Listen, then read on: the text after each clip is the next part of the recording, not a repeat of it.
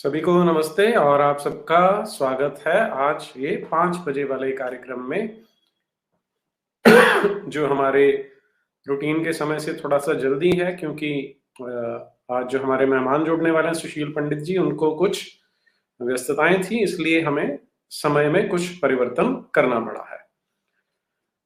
आप सभी ने थंबनेल देखा होगा कि आज का हमारा विषय क्या है कि यदि हम अपने समाज को, अपने धरोहर को, अपनी परंपरा को, अपने धर्म को, अपनी सभ्यता को, अपने राष्ट्र को, अपने देश को बचाना चाहते हैं, तो हमारे पास कितना समय है? ये प्रश्न बहुत ढंग से लिया जा सकता है। वो हमारे मेहमान जैसे-जैसे जुड़ेंगे, हम उनके साथ चर्चा करते हैं। तो डॉक्टर अजय चरंगू हमारे साथ जुड़ चुके हैं। पहले उनका स्वागत करते हैं। नमस्ते डॉक्टर साहब, स्वागत है आपका। नमस्कार। नमस्कार जी, आपको देखकर हमेशा प्रेरणा मिलती है हमें। जी, और दर्शक हमारे परिचित हैं डॉक्टर अजय चरंगू से कि कश्मीर के विषयों पर पनून कश्मीर नामक संस्था चलाते हैं, जिसका अर्थ होता है हमारा कश्मीर। और उनसे आज मैंने विशेष निवेदन इसीलिए किया था कि जो आज पूरे देश में हो रहा है, कहीं छोटे-छोटे टुकड़ों में हो रहा है, कहीं पे थोड़ा विकराल रूप है, उसे कश्मीरी हिंदुओं ने साक्षात झेला है। और डॉक्टर चरंगू उसका कोई अपवाद नहीं है, इन्होंने भी सब कुछ देखा है। तो इनसे हम जानने का प्रयास करेंगे कि जो आज हम सबकी चिंता है, उसे वो किस तरह से देखते हैं। और सुशील पंडित जी भी जुड़ गए हैं, तो उनका भी हम स्वागत करते हैं। पंडित जी, नमस्कार। नमस्ते। नमस्ते नीरज जी, डॉक्टर साहब नमस्कार। नमस्कार। नमस्कार जी, हमारे मेहमान दोनों से ही आप सब लोग परिचित हैं और इन्हें वैसे भी परिचय का कोई ये मोहताज इनमें से कोई भी नहीं है। तो सबसे पहले तो मैं शुरू करता हूँ डॉक्टर चरंगू आपसे कि जो हमने कल देखा, परसों देखा कि एक मेडिकल कॉलेज के छात्र-छात्राएं भारत के हारने पर और पाकिस्तान के जीतने पर जश्न मना रहे थे। अब इसे लेने के लिए बहुत हल्के में भी लिया जा सकता है कि तो क्या हुआ, सबकी अपनी-अपनी फेवरेट टीम होती है। तो उसमें अगर कोई जश्न मना रहा है तो उसमें कोई बुरी बात नहीं है। लेकिन क्या हमें इस सतही कुतर्क को छोड़ के उससे गहरे में जाना पड़ेगा, क्योंकि इसके कोई और रिपरकशंस, इसका भविष्य में हमें कुछ परिणाम भुगतना पड़ सकता है, या वो कहते हैं कि हम ज्यादा ही अलार्मिस्ट व्यू ले रहे हैं?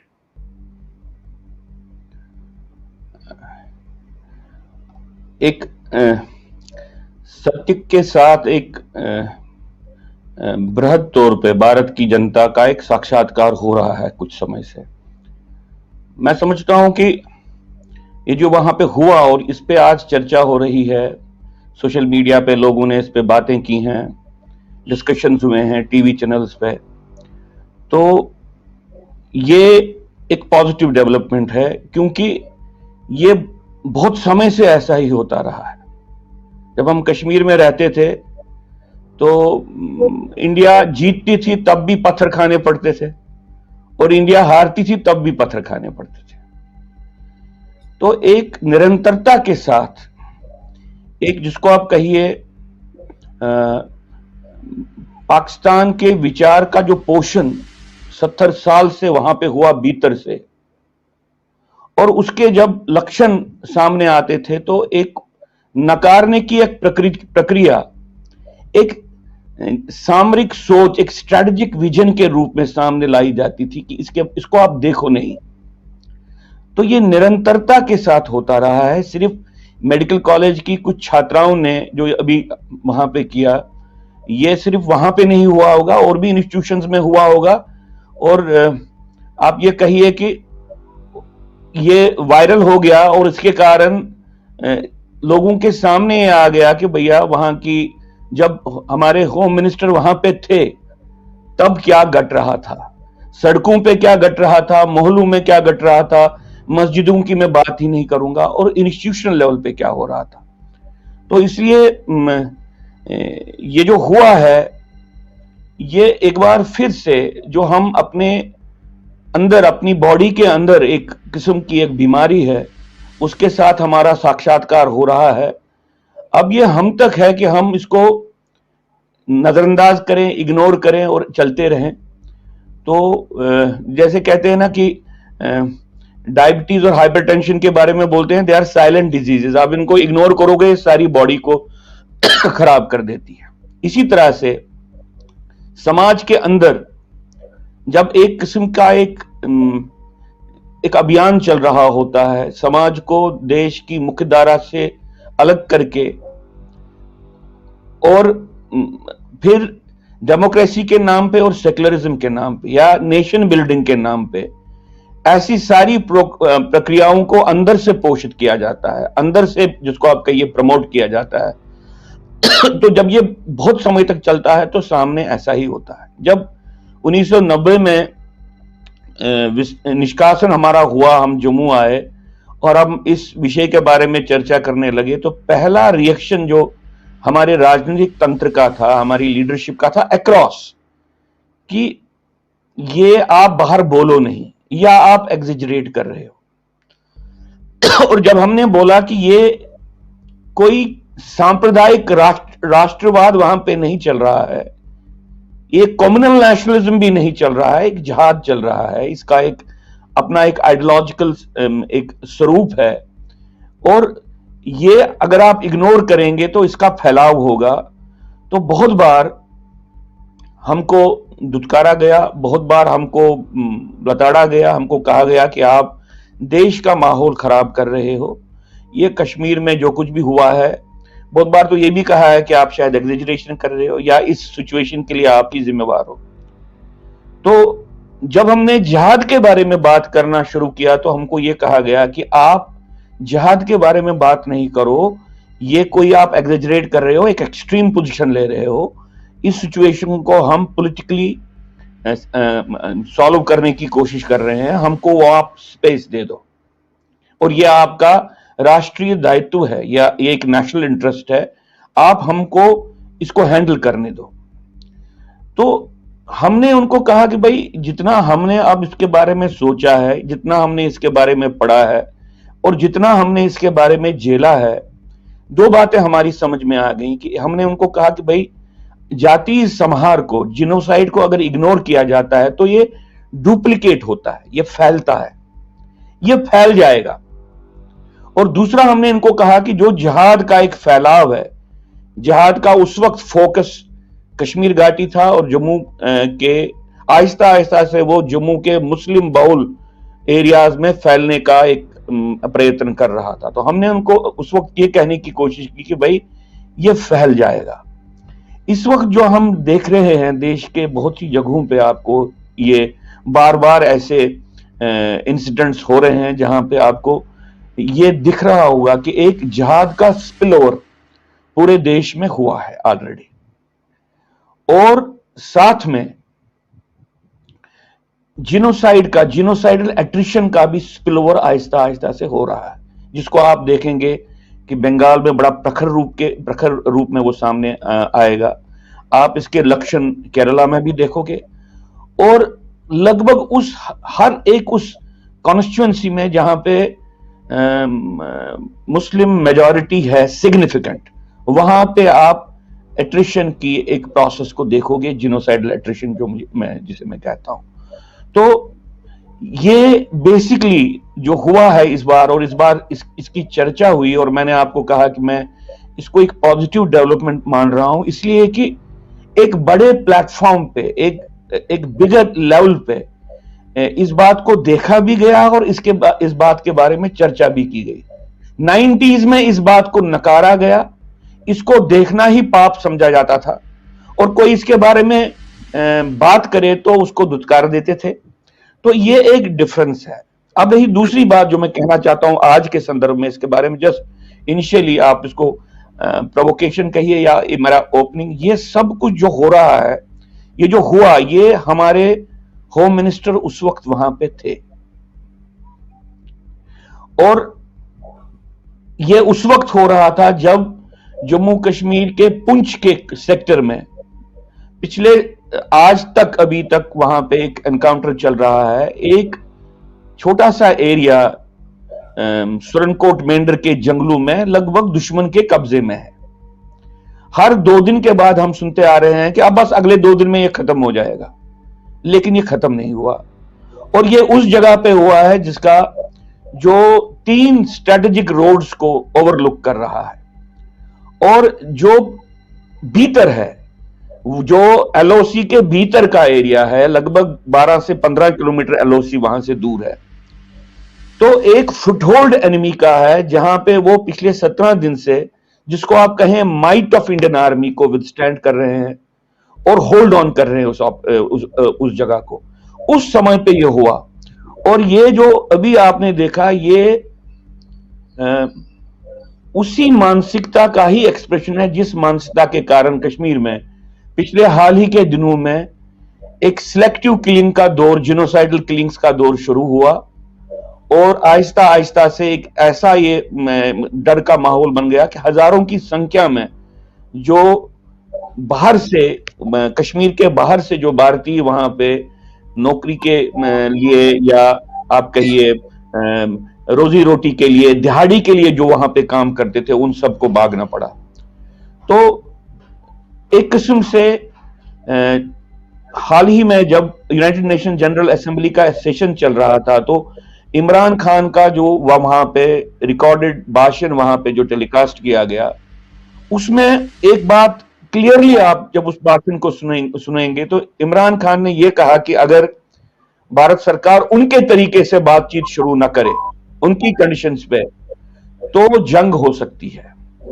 तो हम एक तालिबान के टेक ओवर के बाद इमीडिएटली हम देख रहे हैं जिनोसाइडल किलिंग्स हो रही हैं, अंदर टेररिज्म को, टेररिस्ट एक्टिविटी इंक्रीज हो रही है, स्ट्रेटेजिक फुटहोल्ड बनाने की कोशिश की जा रही है, और साथ में अब इसका बिल्कुल ये पाकिस्तान के मैच जीतने के बाद जो वहां पे हुआ, वहां पे एक बहुत बड़े वर्ग की मानसिकता क्या है वो सामने आ गई, और उन्होंने इसको डिस्प्ले किया।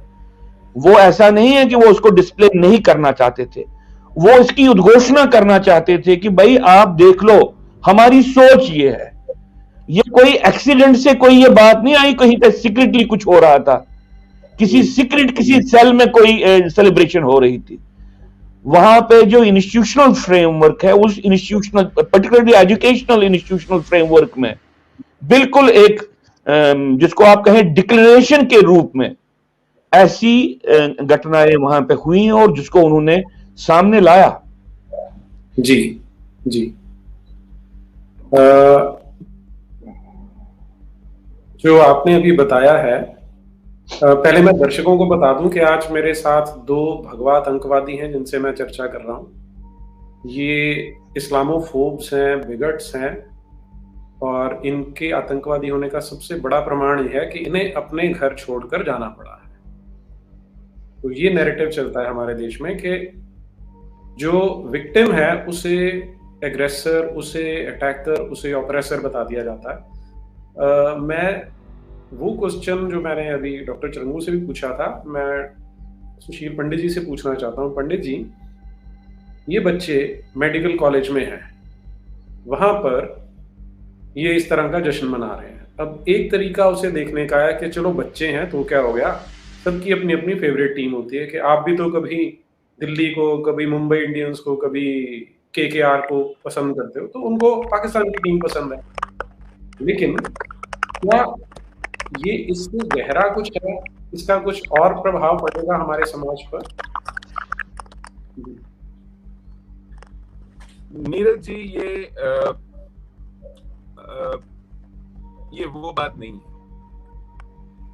मैं आपको एक उदाहरण दूंगा। 1983 में, 83 में श्रीनगर में भारत और वेस्ट इंडीज का एक मैच था। ये वनडे इंटरनेशनल था, और उस वनडे इंटरनेशनल में भारत की वो टीम जो अभी हाल ही में वर्ल्ड कप जीत के आई थी, आप समझिए, वर्ल्ड कप के फौरन बाद भारत में वेस्ट इंडीज के साथ 6 वनडे इंटरनेशनल खेले गए थे 1983 में, और उनमें से एक श्रीनगर में आयोजित किया गया था। वेस्ट इंडीज की टीम के लोगों का ऐसा कहना है, एल्विन कालीचरण ने, क्लाइव लॉयड ने, विवियन रिचर्ड्स ने ये कहा कि हमें अपने होम ग्राउंड्स पर वेस्ट इंडीज में कभी इतना समर्थन नहीं मिला जितना हमें श्रीनगर में मिला। हम हैरान थे कि हम कहां खेल रहे हैं। और भारतीय टीम ने कहा, मैं ये व्यक्तिगत वार्तालाप में से कोट कर रहा हूं, मैं सुनील गावस्कर के साथ बैठा था, हमारी लंबी बातचीत हुई और मैंने उनसे पूछा तो उन्होंने कहा कि भाई वो मैच मैंने जब खेला उस दिन मैंने कसम खाई कि मैं कभी कश्मीर नहीं जाऊंगा किसी भी काम के लिए, खेलना तो दूर, और कहते हैं मैं जीवन में उसके बाद कभी कश्मीर नहीं गया। इतना अपमानित महसूस किया उस world cup winning Indian team ने जो कश्मीर में वेस्ट इंडीज के साथ खेल रही जी। और तब तो हमारा विस्थापन नहीं हुआ था। ये पहला इंटरनेशनल क्रिकेट मैच था कश्मीर में और अब तक का आखिरी। और ये वो समय है जब हम अभी रह रहे थे और कश्मीर में वहां की स्थानीय पार्टी नेशनल कॉन्फ्रेंस का शासन था। और ये पसंद नापसंद की बात नहीं है, ये भारत और हिंदुओं के प्रति बहुत गहरी घृणा का प्रमाण है। और हम इस पर जितना मर्जी लीपापोती कर लें, हम इसको जितना मर्जी अपने को या किसी और को समझाने के लिए झूठ गढ़ लें, लेकिन जो सत्य है वो कहना पड़ेगा और मानना पड़ेगा। हमारे गृह मंत्री वहां गए, उन्होंने घोषणा कर दी लंबी चौड़ी कि कश्मीर का युवा विकास चाहता है। मुझे मालूम नहीं वो एक रात पहले तकिए के नीचे क्या रख के सोए थे कि उनको ये इल्हाम हुआ कि कश्मीर का युवा विकास चाहता है। देश की मेडिकल कॉलेजेस में पढ़ने वाले युवा विकास के चरम पर होते हैं अपने करियर के। बहुत कम लोगों को, बच्चों को, युवाओं को इस तरह के अवसर मिल पाते हैं। और जब आप किसी सरकारी मेडिकल कॉलेज में पढ़ते हैं, आप देश के खर्चे पर पढ़ते हैं और इसके लिए आप देश के प्रति कृतज्ञ होते हैं। लेकिन वहां जो आपने देखा और दुनिया ने देखा, वो कृतज्ञता की पराकाष्ठा थी। और हमारे गृह मंत्री हमें समझा रहे थे कि वहां का युवा विकास चाहता है। और कितना विकास कराएंगे गृह मंत्री जी, और कितने युवा इस विकास में झोंकेंगे आप, और हम कितना प्रपंच करेंगे, कितना पाखंड करेंगे, कोई सीमा है। यदि आप सच नहीं बोल सकते, आपकी मजबूरी है कि आप गृह मंत्री हैं, आप सरकार चला रहे हैं, आप राजनीति में हैं, आपको 10 बातें सोचनी पड़ती हैं, आप सच नहीं बोल सकते तो कम से कम चुप रहिए। आपकी कनपटी पे किसी ने तमंचा रखा है क्या कि आप झूठ बोलें? जी लेकिन ये एग्जैक्टली मेरा भी यही आदत पड़ गई। हमें झूठ बोलने की आदत पड़ गई और उसी आदत के चलते हम गाहे बगाहे बहुत आसानी से झूठ बोल देते हैं और वो झूठ साफ दिखाई पड़ता है, लेकिन हमें उसके विषय में कोई संकोच नहीं होता, कोई शर्म नहीं आती, कोई लज्जा नहीं होती। तो ये एक ऐसी विडंबना है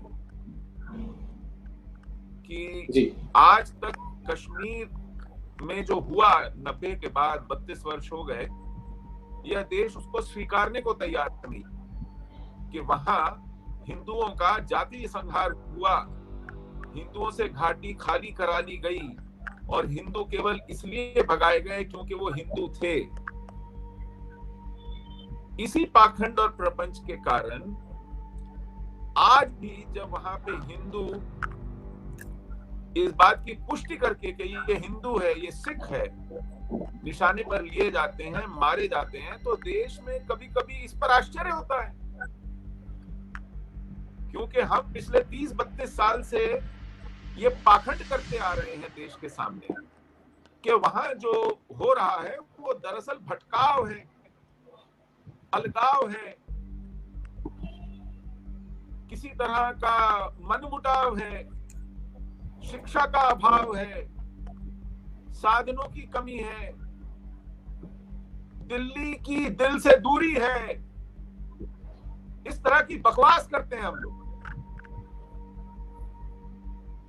जी बकवास खिलाकर, ये बकवास खिलाकर इस देश को अनजान रखा हुआ है, खुद को भ्रम में रखा हुआ है और कश्मीर को रसातल में धकेलते जा रहे हैं खुद अपने हाथों से। पंडित जी, वहां की हुर्रियत को पाला, 32 वर्ष वहां की हुर्रियत को, 30 वर्ष कह सकते हैं, पाला। इस सरकार ने भी 6 साल पाला, 7.5 सालों में से सैकड़ों करोड़ रुपया हर साल खर्च करके पाला। आपको मैं एक उदाहरण दूं, मेरी पिछले जो डीजीपी थे कश्मीर के, डीजीपी वैद साहब, उन्होंने अपने संस्मरण सुनाते हुए कहा था कि जब वो डीएसपी थे 90s में, तो एक एनकाउंटर में उनके हाथ में गंभीर चोट लग गई। सरकार ने उनका ढंग से इलाज नहीं किया, उनको छुट्टी लेकर अपने खर्चे पर अपना इलाज कराना पड़ा। जबकि उसी समय इसी गिलानी को लेकर के भारत सरकार का स्पेशल प्लेन मुंबई के टाटा मेमोरियल अस्पताल ले गया सरकारी खर्चे पर। वहां उनका देश के बेहतरीन डॉक्टर्स ने इलाज किया मुफ्त में। ऐसे दामादों की तरह पाला गया है उन लोगों को जो सर से पांव तक हमारे खून से रंगे हैं, जो कश्मीर में जिहाद के सरगना हैं और हमारे जातीय संहार के का नेतृत्व करते थे। जी, तो इस देश के राजनीतिक नेतृत्व ने, इस देश की व्यवस्था ने और उस व्यवस्था की आम राय ने कश्मीर में जिहाद को पाला है और उसके बारे में झूठ बोला है। जी पंडित जी, आपकी आवाज कम आ रही है। जी, आपकी आवाज कम आ रही है, कुछ डिस्टरबेंस आ रही है बीच में, कुछ किट किट जैसा कुछ आवाज आ रही है बीच में। अच्छा, मैं कोशिश करता हूं कि किसी दूसरे यंत्र से जुड़ूं। आप हो सकता है इसमें दिक्कत हो। ठीक है जी। मैं अपने डॉक्टर चिरंगू से प्रश्न लेता हूँ। डॉक्टर साहब, जो हम ये बात कर रहे हैं, जो अभी पंडित जी ने भी बताया, एक तरह से डिनायल मोड में है। डिनायल मोड है कि जिहाद एग्जिस्ट नहीं करता और रिलीजन आर सेम। वो जो गांधी जी ने 100 साल पहले पढ़ाया था वो आज तक चल रहा है। लेकिन उस समय कम से कम 1920 में हमें ये नहीं पता था कि पार्टीशन होगा कि नहीं होगा। अब हम देख चुके हैं कि पार्टीशन हो चुका है। तो आज इस तरह के भ्रम में रहना, इस तरह से अपने ही समाज को बेवकूफ बनाना कि जिहाद नहीं है, और मैं इसके छोटे छोटे एग्जाम्पल हर रोज देखता हूँ। मुझे याद है एक बार मैंने कश्मीरी हिंदुओं पे एक एग्जीबिशन लगाई थी चंडीगढ़ में।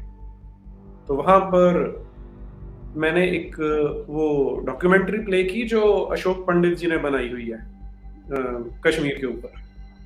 तो ठीक बनी हुई थी डॉक्यूमेंट्री, लेकिन लास्ट में वो एक लाइन स्क्रीन पे आती है, टेरर हैज नो रिलीजन। तो वो जो अब मैं भूल रहा हूँ 20 मिनट से कम की थी शायद वो डॉक्यूमेंट्री, वो उसमें कश्मीरी जो वहां से निकल के आए, वो बता रहे हैं कि हमारे साथ जिहाद हुआ है। बेनजीर भुट्टो का क्लिप चलता है कि ये मुजाहिदों की औलादे हैं, लेकिन लास्ट में एक लाइन, वो भी एक वो व्यक्ति जो उसी समुदाय से आता है, वो एक लाइन लिख देता है, टेरर हैज नो रिलीजन। तो सारा जो काम किया था उसमें जीरो हो जाता है। ये छोटी छोटी चीजें हैं। अच्छा, अब ये अपना जो गृह मंत्री हैं वो जाके आते हैं और बोलते हैं कि सूफिज्म कश्मीर की देन है हमारे देश को, जैसे मानो कोई बहुत अच्छी चीज हो। तो ये जो एक अपने ऊपर ओढ़ा गया इग्नोरेंस है, अपने ऊपर ओढ़ा हुआ अज्ञान है। चलिए वो एक इलेक्शन के लिए हम सोच सकते हैं कि कोई स्ट्रेटेजी कर रहे हैं, लेकिन क्या हम अपने देश के लोगों को, और जैसा आपने बोला कि वहां पर एरिया जहां हर रोज हमारे जवान मर रहे हैं, क्या कैनन फॉडर की तरह उन्हें यूज किया जा सकता है सिर्फ इसलिए कि हम इतना साहस नहीं कर पा रहे कहने का कि हमारे लिए जो ये मोहम्मदवाद है, जो इस्लाम है, वो एक ऐसी चुनौती है जो हमारी सभ्यता को, हमारे धर्म को, हमारे देश को निगलना चाहता है, समाप्त करना चाहता है। तो इस पॉलिटिकल करेक्टनेस के चलते या क्षुद्र राजनीति के चलते क्या हम कितनी कीमत चुकाने को तैयार हैं? और दूसरी चीज जो मेरा मेन क्वेश्चन है कि यदि ऐसे ही चलता रहा कि हमारे जो नेता हैं, जिन्हें हम समझते थे कि हमारे लिए काम करेंगे, अगर वो इसी प्रकार भ्रम में डालते रहे तो कब तक हम सरवाइव करेंगे? ये जो मैंने समय का क्वेश्चन पूछा, वो हम उसको दो परिप्रेक्ष्य से देख सकते हैं। पहला ये कि अब जैसे जैसे चेंज आ रहा है, सोशल मीडिया उठा है, नैरेटिव चेंज करने का प्रयास हो रहा है, लोगों के अंदर, लोगों को सच्चाई पता लगनी शुरू हुई है।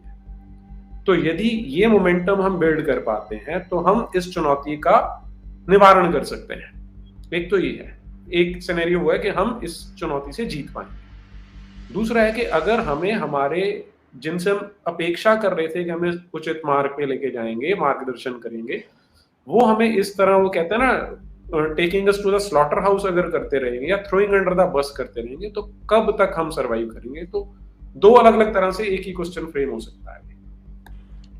जी, जहां तक आपने, जो आपके प्रश्न का पहला भाग है कि ऐसा जो आपने उदाहरण दिया कि हम भी कभी कभी भुक्तभोगी होते हुए भी ऐसी बातें करते हैं जिनका सत्य के साथ कोई सरोकार नहीं होता है।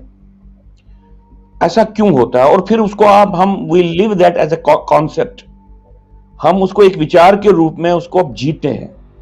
ऐसा क्यों होता है? तो जो भी आप के माध्यम से बहुत बार ये बातें हुई है, एक बहुत बड़ी बात है जिसका हमको, कम से कम पहले हमको, फिर हमारे इर्द गिर्द जो हमको सुनने वाले हैं उनको, और फिर जो लार्जर सोसाइटी या लार्जर नेशन है, विक्टिम्स का सबसे बड़ा एनिमी इनकॉम्प्रहेंशन ऑफ द प्रॉब्लम होता है। अगर वो अपनी प्रॉब्लम को इनकॉम्प्रहेंड करे या उसके लिए एक अल्टरनेटिव रियलिटी को कंकॉक्ट करे जो वस्तुतः रियलिटी नहीं है, तो ये एक बहुत बड़ी एक डिनाइल की एक परिस्थिति बन जाती है, और आहिस्ता आहिस्ता विक्टिम खुद ही विक्टिम कोलैबोरेटर बन जाता है। एक, जिसको आप कहिए, स्लेव ड्राइव मेंटलिटी बन जाती है। स्लेव ड्राइव मेंटलिटी में होता है कि स्लेव हैं और एक स्लेव उनको चलाने वाला है, और जो वो स्लेव ड्राइवर है उसको कुछ ज्यादा मालिक देता नहीं है, कभी कभी उसके कंधे पे हाथ रखता है, उसको देख के मुस्कुराता है। ये this type of a vicious mindset gets developed. तो पहली बात यह है कि इनकॉम्प्रहेंशन है। मैं आपको इनकॉम्प्रहेंशन के बारे में इस तरह से उदाहरण के तौर पे बता सकता हूं। हम जब 60s में या अपने पेरेंट्स से पूछते थे कि, या अपने लोगों से, पढ़े लिखे लोग थे, ऐसी बात नहीं है, तो हमको बोलते हैं कि मुस्लिम कम्युनलिज्म को अंदर से नरिश किया जा रहा है, ये कहां ले जाएगा?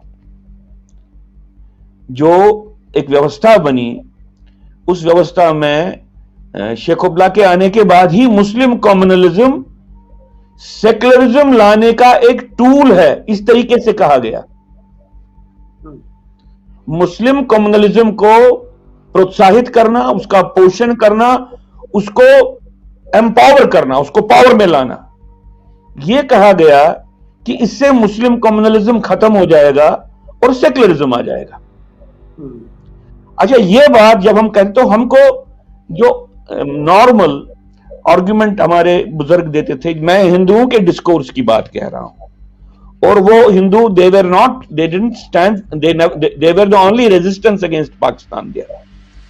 मैं उनमें वो कहते थे कि भाई नेशनल कॉन्फ्रेंस ट्रेडिशनली एक मुस्लिम पार्टी है, मुस्लिम इंटरेस्ट की पार्टी है, ये तो बड़ी मेहनत करके समझा बुझा के हमने इसको मुस्लिम कॉन्फ्रेंस से नेशनल कॉन्फ्रेंस में चेंज किया, और इसमें कश्मीर के हिंदू ने एक रोल प्ले किया, एक क्रिटिकल रोल प्ले किया, जिसका बड़ा एक इंपैक्ट भी रहा। लेकिन वो कहते थे चूंकि इसकी मोरिंग्स कम्युनल हैं, ये एकदम से बदलेंगी नहीं, इसलिए डेमोक्रेसी और सेक्युलर सिस्टम में रह के ये आहिस्ता आहिस्ता ये बदलाव आएगा। तो फॉर्मुलेशन क्या थी कि डेमोक्रेसी और एम्पावरमेंट अपने आप में एक विचार का परिवर्तन कर सकती हैं, एक आइडियोलॉजिकल ओरिएंटेशन को ट्रांसफॉर्म कर सकती हैं। ये मैं बात बोल रहा हूं, ये उस वक्त हम उतने पढ़े लिखे नहीं थे, या उतना हमको लगता था कि ये तो बात ठीक है, लेकिन आहिस्ता आहिस्ता से हमको समझ में आया कि एक स्ट्रेटेजिक सोच है, एक अनटेस्टेड प्रीमाइस पे, इसके पीछे कोई रिसर्च नहीं हुआ कि भैया अगर ऐसे करोगे तो फिर ऐसा होगा। ये एक विशफुल थिंकिंग थी, और ये विशफुल थिंकिंग टोटलिटी दुनिया में लिबरल सोसाइटीज में होती है, क्योंकि सामने एक मॉर्टल कम्बैट है, सामने एक रिलेंटलेस, रुथलेस, एक इरेशनल वॉर है, और आप एक रैशनल क्रीचर हो, एकदम से आप समझ नहीं पाते हो कि कैसे करें। आप अपने तर्क ढूंढते हो इसके साथ जूझने का, इसके साथ करने का।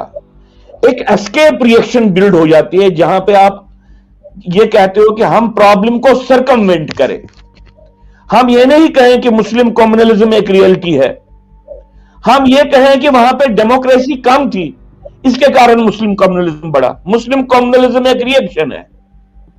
हम ये कहते थे कि भाई मुस्लिम कम्युनलिज्म एक इनसिक्योरिटी का एक्सप्रेशन है, इसलिए सिक्योरिटी आ जाएगी तो मुस्लिम कम्युनलिज्म खुद खत्म होगा। उस मुस्लिम कम्युनलिज्म का जो आधार है, जो उसके आधार बिंदु हैं, हम उनको कंटेस्ट नहीं करना चाहते थे। हम उनको कंटेस्ट इसलिए भी नहीं करना चाहते कि एस्केप करना चाहते थे, उसके कारण एक बिगर कॉन्फ्लिक्ट की तरफ हमको लगता था हम जा रहे हैं। हमको लग रहा था कि जो एक नॉर्मेलिटी है, अपरेंट नॉर्मेलिटी है, ये भी छिन्न भिन्न हो जाएगी, और हमको यह भी लगता था कि शायद युद्ध का समय नहीं आया है और हम अभी इंतजार करेंगे, तो पोस्टपोन करते रहे। तो दोनों बातें होती हैं, इनकॉम्प्रहेंशन, एक एस्केप रिएक्शन, जो विक्टिम सोसाइटीज होती हैं। और मैं समझता हूं 1000 ईयर ओल्ड जीनोसाइडल वॉर है ये, जाति समार हिंदुओं का 1000 साल से चल रहा है।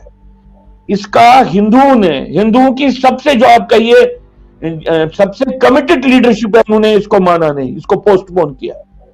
आप अभी भी अगर आप हिंदू लीडरशिप से बात करेंगे, वो कमरे के अंदर तो बोलेंगे कि हाँ ये सत्य है, लेकिन व्यवहार के तौर पे हम इसको पब्लिकली नहीं बोल सकते, स्ट्रेटजी के तौर पे हमको इसको नहीं बोलना चाहिए, या टैक्टिक्स के तौर पे हमको इस निष्कर्ष को लोगों से दूर रखना चाहिए।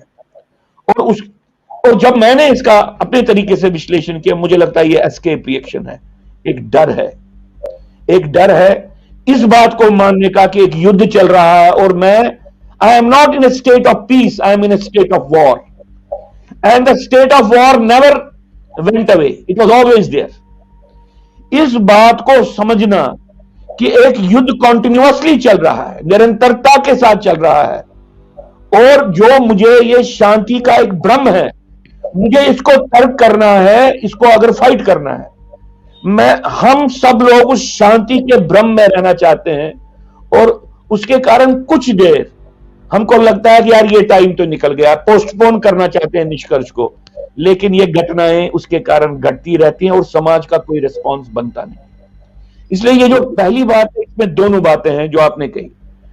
तो अब रही बात हमारे पूरे सिस्टम में इतने साल से इसका साक्षात्कार क्यों नहीं हुआ, हम क्यों नहीं इसको समझ पा रहे हैं, उसमें मुझे लगता है कि डेफिनेटली एक लैक ऑफ इंफॉर्मेशन थी।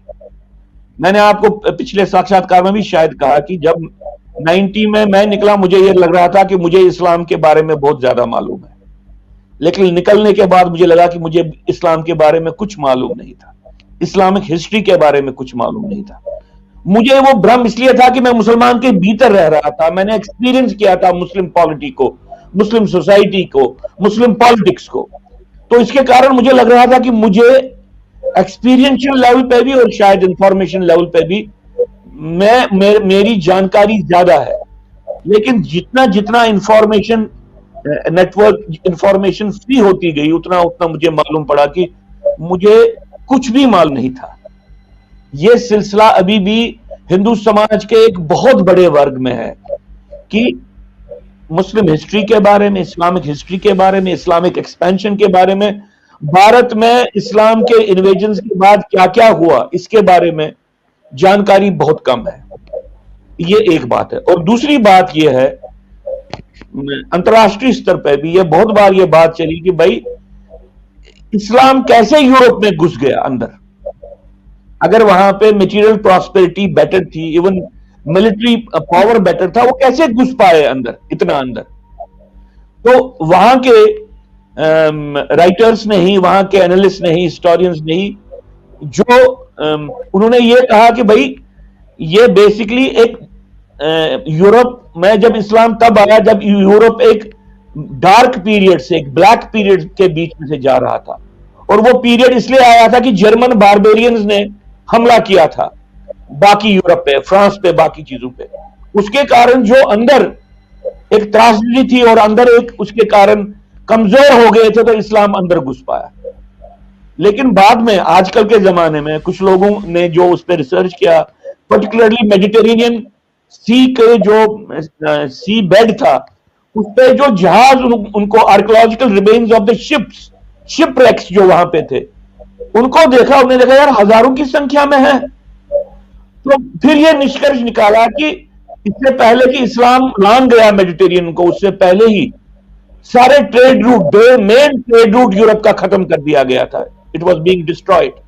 और जो डार्क टाइम आया था वो इसके कारण आ गया था कि यूरोप का ट्रेड ही खत्म हो रहा था, यूरोप का ट्रेड ही खत्म हो गया था। तो फिर लोगों ने कहा कि भाई इस बात को छुपाया क्यों गया, और निष्कर्ष निकाला, बिल वार्नर तो कहते हैं डर के कारण स्कॉलर्स ने बात नहीं की। और इस वक्त डर भी है, और जो इस्लामिक मनी है एजुकेशन सिस्टम में, ग्लोबल एजुकेशन सिस्टम में, अमेरिकन यूनिवर्सिटीज में, यूरोपियन यूनिवर्सिटीज में, भारत की आप बात ही नहीं कीजिए। भारत में तो स्टेट ही कमिटेड है कि ऐसी यूनिवर्सिटीज बनाई जाए जहां पे देश के बारे में घृणा का माहौल बने। तो यहां की तो बात ही नहीं है।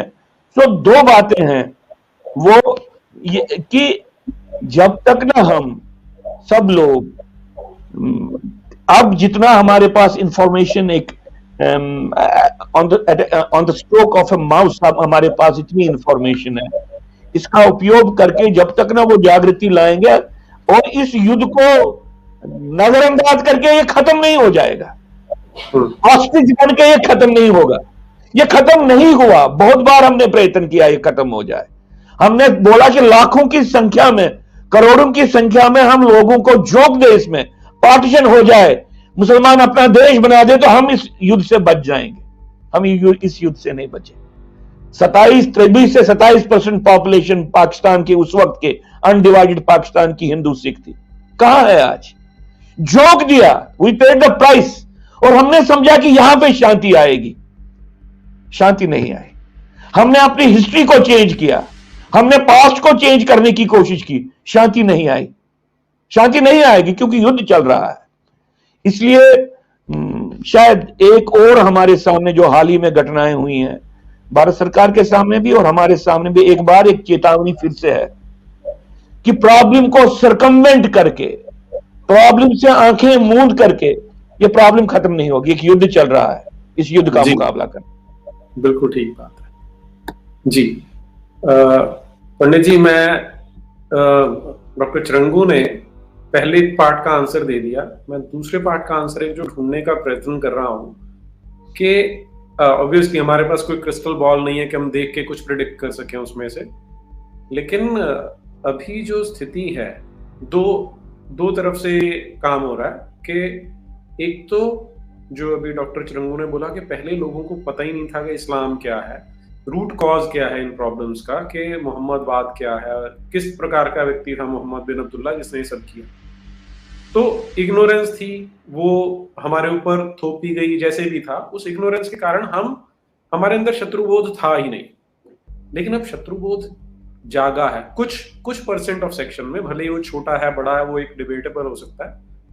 तो जैसे जैसे ये बढ़ेगा, लोगों में अवेयरनेस आएगी, वैसे वैसे हम इसको जीतने का प्रयास कर सकते हैं। एक तो ये एक ऑप्शन है कि with information, with enough understanding of the enemy, with enough understanding of the battle field, हम इसको जीतने का प्रयास करेंगे और हो सकता है कुछ साल में जीत जाए। दूसरा सिनेरियो है कि हम अपनी कोशिश कर रहे हैं छोटे छोटे लेवल पे, कोई गिलहरी की तरह, कोई किसी भी तरह से, लेकिन जिन लोगों के ऊपर दायित्व है इसका, जो नेता हैं, अगर वो एक डिनायल मोड में रहेंगे, बल्कि वो पहले से ज्यादा अपीजमेंट और नरिशमेंट कर रहे होंगे जिहादी एलिमेंट्स की, तो इसका अर्थ है कि हम इस बैटल को लूज करने वाले हैं एज अ सिविलाइजेशन। तो आइदर ऑफ द केसेस में आप कोई टाइम फ्रेम देखते हैं कि इतना होगा या ऐसे कर सकते हैं?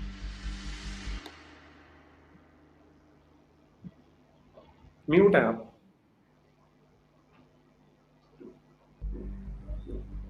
जी नीरज जी, मैं इस विषय में अटकल के सिवा और क्या कर सकता हूं। हम अपने अपने अनुमान लगा सकते हैं, लेकिन एक बात तय है कि हम लोग भले ही धीरे धीरे शत्रुबोध से परिचित हो, उसका आभास होने लगे, उसका आकार प्रकार थोड़ा मन मस्तिष्क में उभरने लगे, लेकिन बहुत बड़ी संख्या में अभी भी शत्रुबोध नहीं आया है, संकट बोध नहीं आया है। आज भी इस विषय में बहस भी हो रही है और इसको सीधे सीधे इससे आंखें भी मूंदी जा रही हैं, इसको नकारा जा रहा है। बहुत से लोग चिंतित हैं और अभी मानने को तैयार नहीं है कि जो हमारे साथ घट रहा है वो वाकई ये है या कुछ और है।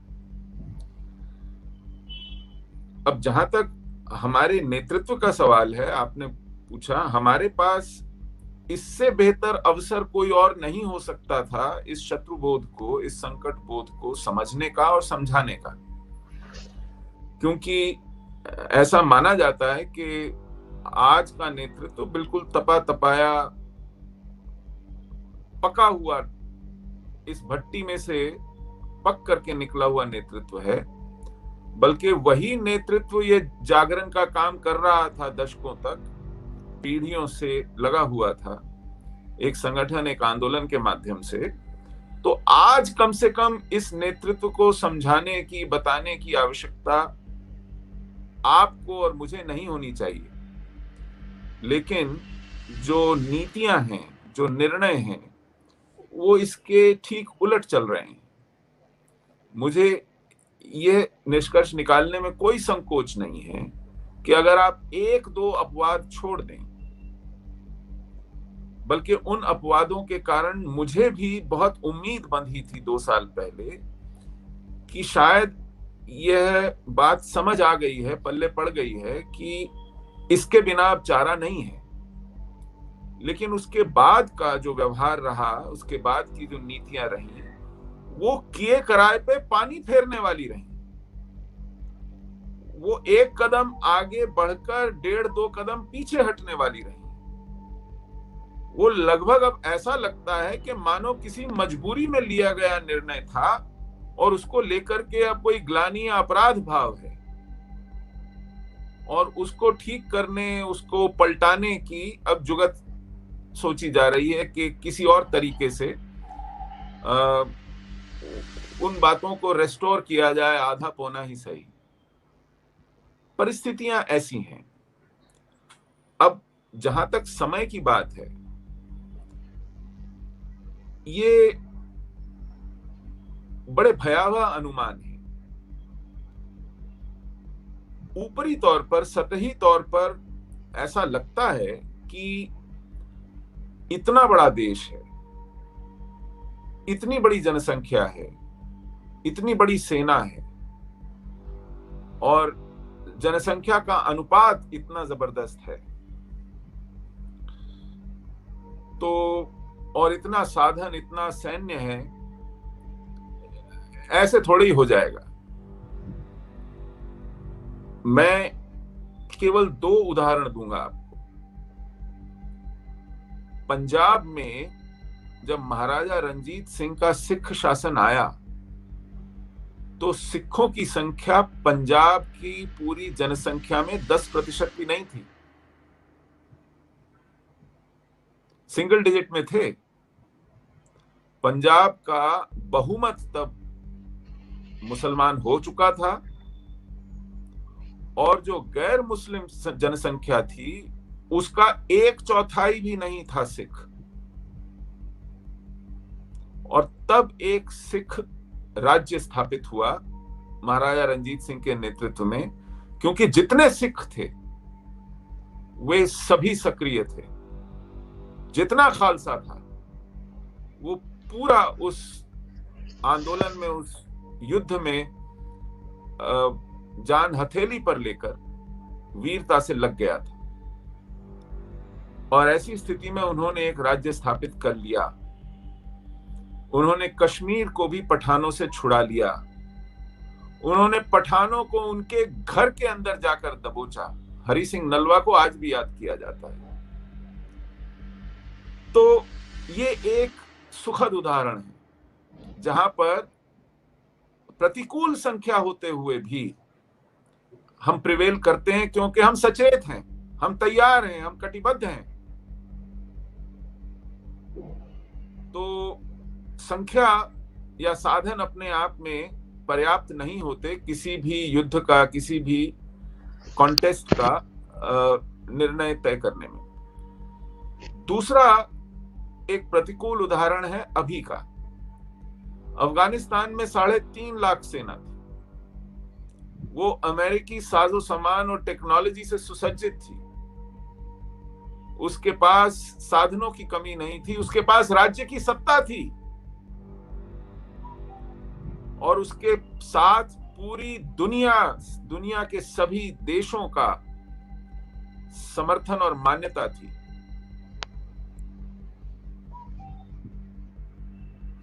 क्या हुआ? 15 दिन नहीं लगे साहब। एक दिन मजार शरीफ गिरा, दूसरे दिन हेरात गिरा, तीसरे दिन कंधार गिर गया, जलालाबाद पहुंचे और काबुल गिर गया। 15 दिन नहीं लगे।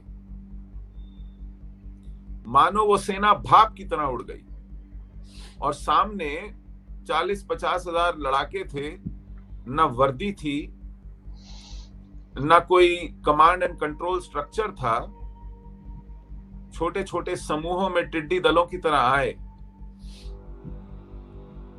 उनको आज तक मान्यता नहीं मिली है, चीन तक ने नहीं दी है जो उनके समर्थन में खड़ा है, कतर तक ने नहीं दी है। और ये युद्ध मैदान में नहीं हारा गया, ये युद्ध मेज के आर पार दोहा में हारा गया, तश्तरी में रख के उन्हें सौंप दिया गया। तो एक बड़ी संख्या, बहुत सारा औजार सामान, टेक्नोलॉजी, राज्य की सत्ता, साधन, विश्व की मान्यता, ये सब धरे के धरे रह गए। ये हमारे आंखों के सामने घटा हुआ उदाहरण है। पंजाब का महाराजा रंजीत सिंह का शासन तो खैर उस बात को 200 वर्ष से ज्यादा हो गए, वो हमने किताबों में पढ़ा हो, लेकिन ये तो हमारा आंखों देखा है ना।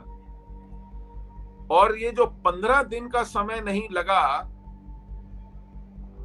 मैंने एक क्लिप देखी जिसमें हमारे राष्ट्रीय सुरक्षा सलाहकार समझा रहे थे हमको कि भैया डरने की बात नहीं है, तो कुछ नहीं होने वाला, सब ठीक ठाक होगा।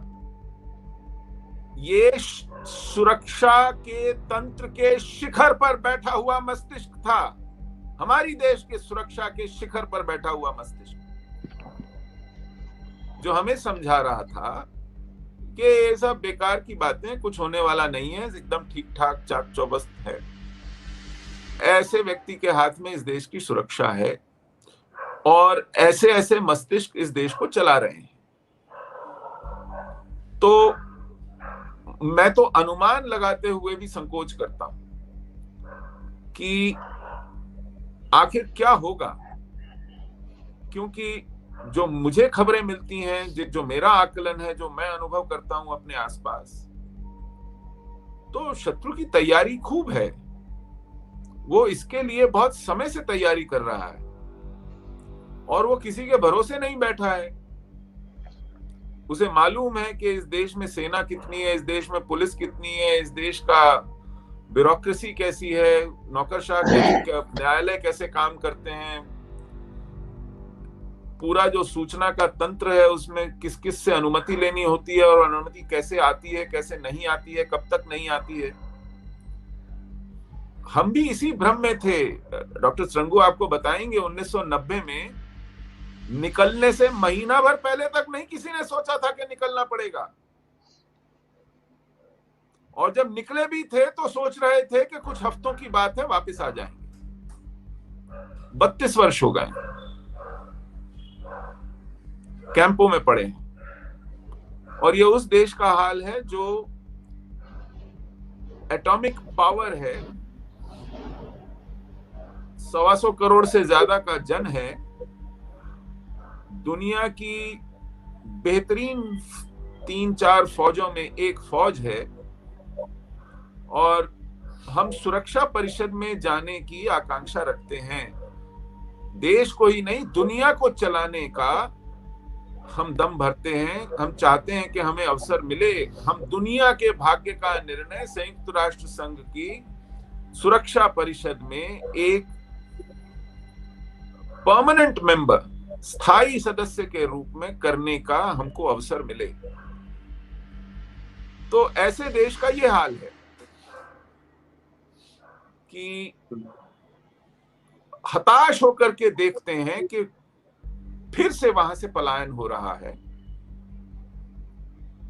हताश होकर के देखते हैं कि सीमा के अंदर भीतर घुसाया है शत्रु, और उससे लड़ते लड़ते आज तीसरा हफ्ता हो गया है।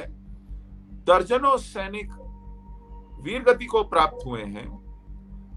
इस पर आज वस्तुस्थिति क्या है, देश की व्यवस्था देश को बता नहीं रही है।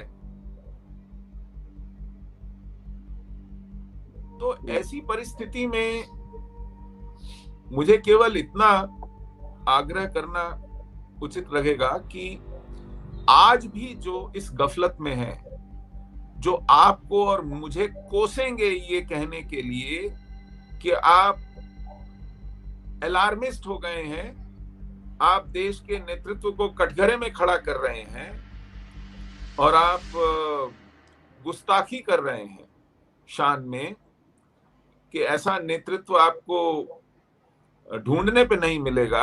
मन्नत मांग मांग करके ऐसा नेतृत्व मिलता है, कहीं धागे बांध बांध करके, पीढ़ियां घुटने रगड़ रगड़ के ऐसा नेतृत्व लाती है, और आप इन्हीं से प्रश्न कर रहे हैं। लेकिन थोड़ा तो वास्तविकता से आंखें चार करने की आवश्यकता है, और ईश्वर न करे ऐसी परिस्थितियां हों जैसी बंगाल में हुई। किसने सोचा था बंगाल के उस भाजपाई समर्थक को के दिमाग में भी नहीं आया होगा कि देश में प्रधानमंत्री हमें ऐसा मिला है और गृह मंत्री इतना यशस्वी और इतना प्रभावी मिला है, तो मैं अपने घर पर झंडा लगा दूं तो कल ये घर फूक जाएगा और मुझे भागना पड़ेगा परिवार के साथ जंगलों में, या अपने परिवार की स्त्रियों को बाल पकड़ के घसीटते हुए देखना, बेइज्जत होना मुझे देखना पड़ेगा, केवल इसलिए क्योंकि मैं भाजपा का कार्यकर्ता हूं या मैंने घर पर उसका झंडा लगाया था। किसने सोचा था? लेकिन बदलते परिदृश्य देर नहीं लगती है और जमीन और आसमान उलट पलट जाते हैं, जिंदगियां खराब हो जाती हैं, बर्बाद हो जाती हैं। तो ये परिस्थितियां हैं, ये बहुत भयावह परिस्थिति है। ये छोटी मोटी परिस्थिति नहीं है और ये लगातार बिगड़ती जा रही है। ये लगातार बिगड़ती, ये सुधर नहीं रही है जी। अगर सुधार की तरफ हम बढ़ भी रहे होते तो एक आश्वस्ति थी, एक धैर्य रखा जा सकता था। मुझे बहुत से लोग कहते हैं अरे भैया 70 साल पुरानी बीमारी है, धैर्य रखो धैर्य रखो। मेरा केवल उनसे इतना ही अनुरोध होता है कि धैर्य व्यक्ति तब रखे जब आपने दिशा ठीक पकड़ी हो और आप आश्वस्त हो कि देर सवेर ही सही आप अपने गंतव्य पर पहुंच जाएंगे। लेकिन जब आप देख पा रहे हैं कि आप उल्टी दिशा में चल रहे हैं, आप समस्या में और गहरे धंसते जा रहे हैं, तो आप धैर्य किस बात का रखेंगे? ठीक बात है। मेरा जो आज हम ये चर्चा कर रहे हैं उसमें मैं यही जानने का प्रयास कर रहा था कि जो आज मेडिकल कॉलेज के बच्चे वहां पर पाकिस्तान जिंदाबाद कर रहे हैं, कल वो इस देश में अगर फैलेंगे, जब फैलेंगे, सरकारी नौकरी लेंगे, कहीं हॉस्पिटल में होंगे, तो वो वहां पर किस माइंडसेट से इलाज करेंगे? क्या हम उन पे ट्रस्ट कर सकते हैं? एक दूसरी चीज, ईश्वर ना करे उनके हाथ किसी भारत के सेना के जवान की जिंदगी आ जाए जिसमें इतनी घृणा हो इस देश के सेना के प्रति, वो अगर गलती से किसी देश के सिपाही का इलाज कर रहा हो, क्या करेगा? एग्जैक्टली, यही मैं पूछ रहा हूं। और दूसरी ओर देखिए, ये तो एक एस्पेक्ट है जो हमने कल देखा, और जो डॉक्टर चिरंगू ने बोला कि ये तो एक हमें पता लग गया। पता नहीं ऐसे कितने होंगे जो हमारे अंदर ही अंदर से दीमक की तरह खाने की कोशिश कर रहे हैं हमारे देश को, हमारे समाज को। और दूसरी ओर जो ये अनाउंसमेंट्स किए जा रहे हैं कि हम मुस्लिमों को सबसे ज्यादा स्कॉलरशिप्स दे रहे हैं, हम उनके लिए स्किल डेवलपमेंट प्रोग्राम शुरू कर रहे हैं, सबसे ज्यादा अनप्रेसिडेंटेड है जो आज तक किसी ने नहीं किया। IAS IPS की फ्री कोचिंग दी जा रही है। तो यदि इस प्रकार के भविष्य का निर्माण किया जा रहा है जहां पर हम मुजाहिदों के रहमो करम पर होंगे कि प्रशासन में भी वो बैठे हैं, हॉस्पिटल में स्कैल्पल लेकर भी वो बैठे हैं, तो हम किस तरह के भविष्य का निर्माण कर रहे हैं? ये हमारे लिए, पूरे देश के लिए चिंता का विषय होना चाहिए। और आज जब हमने अनाउंस किया था तो मुझे कुछ लोगों के फोन आए स्पेशल कि जब आप चर्चा करें तो उसमें आप कोई सॉल्यूशन के ऊपर भी बात करें। तो मैं उनसे एक निवेदन ये कर रहा था कि जागरण अपने आप में सॉल्यूशन का एक पार्ट होता है, लेकिन मैं फिर भी पहले डॉक्टर चिरंगू के पास चलता हूँ कि डॉक्टर साहब, ये जो हम देख रहे हैं कि एक अंधी खाई है, हम बचने का प्रयास भी करें तो पीछे से कोई है जो धक्का मार रहा है कि जाओ तुम उसमें गिरो। तो हम इसमें से हम क्या कर सकते हैं, कैसे बच सकते हैं? कि दो एरियाज हैं। एक तो डायरेक्टली पॉलिटिकल लीडरशिप के लेवल पे हम आ जाए। पॉलिटिकल जो राजनीतिक तंत्र है उसमें एक फिनोमिनन है जहां पे आपको अब कांग्रेस मुस्लिम लीग बनता हुआ दिख रहा है क्लियरली, और आपको भाजपा कांग्रेस बनता हुआ दिख रहा है। ब्रॉडर फिनोमिनन ये है। अच्छा, अब इसमें जो रूलिंग पार्टी है भाजपा, उसमें मोदी जी हैं, अमित शाह जी हैं, और यह कहा जाता है कि ब्रॉडली इंडिया में कांग्रेस को बदलने के लिए एक जो हिंदू पॉलिटिकल कॉन्शियसनेस का एक, जिसको आप कहें कंसोलिडेशन हो गया, या उसमें एक अपना एक फर्मेंट आया, उसके कारण ये पॉसिबल हो सकी चेंज नेशनल लेवल पे। इसलिए भले ही मोदी ने कभी ये ना कहा हो कि मैं हिंदू लीडर हूं, भले ही अमित शाह ने कभी ये ना कहा हो कि मैं हिंदुओं का रिप्रेजेंटेटिव, या भाजपा ने कभी ऐसी उद्घोषणा नहीं की कि भाई हम हिंदू पार्टी हैं, लेकिन जनरल एक इंप्रेशन यह है कि हिंदुओं के लिए पॉलिटिकल अल्टरनेटिव बीजेपी है, कांग्रेस नहीं है। क्योंकि कांग्रेस इवन हार में भी नॉर्मल पॉलिटिक्स नहीं कर रहा है, अपनी नॉर्मल पॉलिटिकल कॉन्स्टिट्यूएंसी की तरफ नहीं जा रहा है। वो अभी भी जैसे एक कैप्चर्ड, आइडियोलॉजिकली कैप्चर्ड पार्टी है, वो उस दिशा में जा रहा है। नाजी से कभी जब जर्मनी जंग हार रहे थे, तो उस वक्त एक प्रपोजिशन देने के लिए बहुत लोग उनको आए, उन्होंने कहा कि भाई आप सरेंडर कर दो, अभी आप जंग अब हार रहे हो, it's a matter of time, तो आप ऐसा करो कि किसी तरीके से आप सरेंडर करो तो बच जाएगा। तो आप क्यों इतना, हो सकता है आपको अपनी कंट्री कम से कम जर्मनी बच जाए, जो हिटलर पूरे विश्व पे कब्जा करना चाह रहा था, उसके लिए कम से कम जर्मनी का कोई हिस्सा या जर्मनी बच जाए।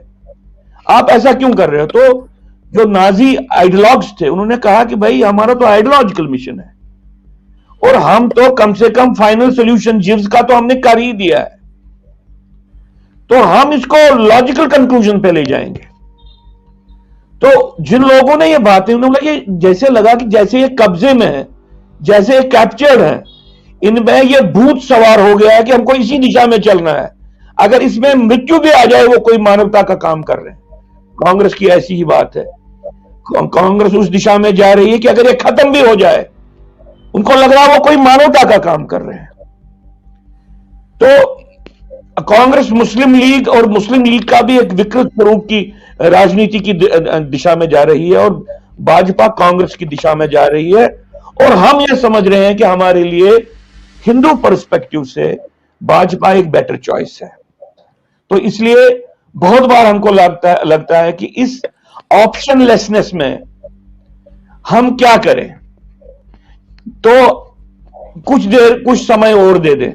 हो सकता है मोदी जी अगर ये नहीं कर रहे हैं, अमित शाह जी ने नहीं किया, या संघ के शीर्षस्थ नेतृत्व कुछ और बातें कर रहे हैं, हो सकता है इसके पीछे कोई स्ट्रेटेजिक एक पर्सपेक्टिव हो।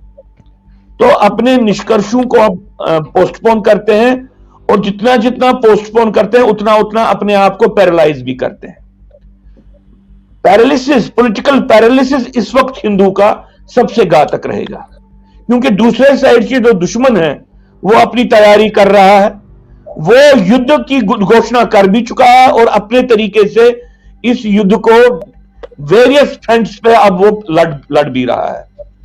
दूसरे साइड से ये हुआ कि आप देखेंगे कि हिंदू लीडरशिप या हिंदू जो पॉलिटिकल या हिंदू जो ऑर्गेनाइजेशन या इंस्टीट्यूशनल सेटअप है, वो एक असमंजस की परिस्थिति में है, पैरालाइज्ड है। ये परिस्थिति जम्मू कश्मीर में बनी जब पीडीपी और बीजेपी का अलायंस था। उस वक्त भी जितना जितना demographic assault, communal assault Jammu पे बढ़ा महबूबा मुफ्ती के नेतृत्व में, उतना उतना हिंदू लीडरशिप पैरालिसिस डेमोन्स्ट्रेट कर रही थी।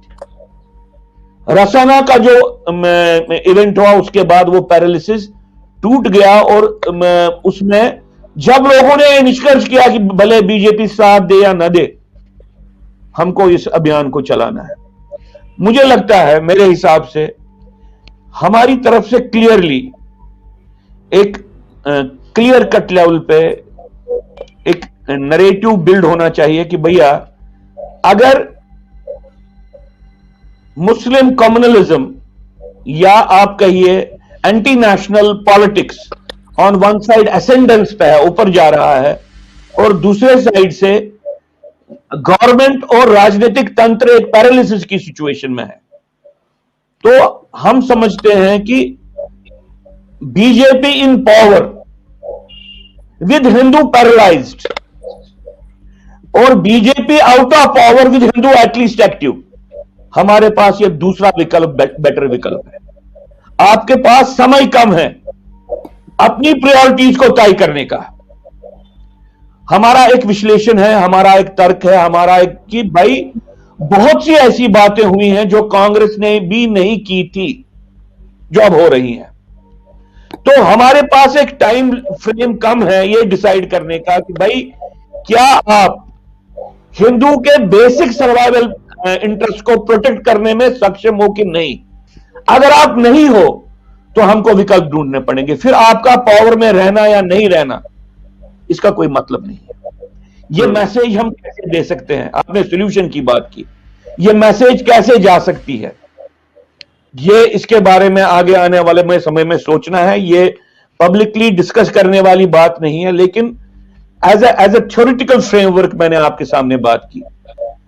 अगर बीजेपी पावर में रहे और Hindu institutional framework, organisational framework paralysis में रहे, उससे बेटर कंडीशन है कि बीजेपी पावर के बाहर हो और कम से कम Hindu institutional, Hindu civil society, Hindu organs of the society वो एक्टिव हो, वो समाज के डिफेंस के लिए खड़ा हो जाए। ये हमारे लिए बेटर सोच है। ये मैसेज हम कैसे दे सकते हैं, इसके बारे में सोचना भी पड़ेगा शायद। इस तरह से बात, दूसरी बात जो मैं कहना चाहता हूं सॉल्यूशन के कॉन्टेक्स्ट में, जो हमको समझनी चाहिए, वो ये हमको समझनी चाहिए कि प्रॉब्लम राजनीतिक तंत्र में ही नहीं है, स्ट्रेटेजिक थिंकिंग में है। वो क्या होता है? स्ट्रेटेजिक थिंकिंग में प्रॉब्लम यह है कि जब मोदी जी पहली बार कश्मीर गए प्रधानमंत्री बनने के बाद, उन्होंने अपने भाषण के अंत पे भारत माता की जय नहीं बोला, जय हिंद नहीं बोला। ये किस स्ट्रेटेजिक सोच के तहत, किन लोगों ने उनको एडवाइस किया कि ये बोलने से फायदा होगा, ये नहीं बोलने से फायदा होगा? आप कश्मीर आ रहे हो और कश्मीर में आपको जो कर्सरी, जो नॉर्मल एक बात थी कि कोई भी प्रधानमंत्री आता तो बाद में वो जय हिंद बोलता था, आपने वो नहीं बोला। इसके पीछे सोच क्या थी? अगर पार्टी में आपको ये एडवाइस दी गई थी तो इसका क्या कंटेंट था, उस एडवाइस का कंटेंट क्या था? और अगर आपको सिक्योरिटी एडवाइजर्स ने ये कहा आप नहीं कहो, तो उन सिक्योरिटी एडवाइजर्स की सोच क्या है? जो सिक्योरिटी एडवाइजर्स जिसको आप सैक्रोसैंक्ट कहेंगे नेशन बिल्डिंग के बातें, जैसे आप पार्लियामेंट के मेंबर बनते हो, आप शपथ लेते हो, कोई बोलेगा शपथ लेने की क्या जरूरत?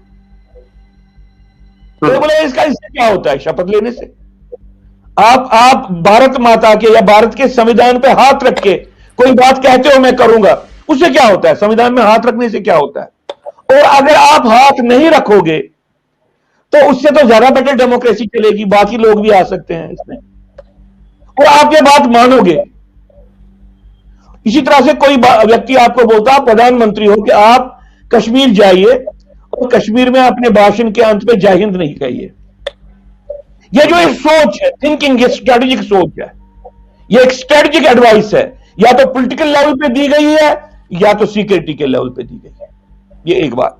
ये कौन लोग हैं अंदर, कौन लोग हैं जिन्होंने मुशर्रफ फार्मूला को बनाया और मुशर्रफ फार्मूला को इतना आगे ले गए कि मनमोहन सिंह को मुशर्रफ के हटने से पहले, हटने के बाद उन्होंने कहा ये solution with Pakistan was a signature away.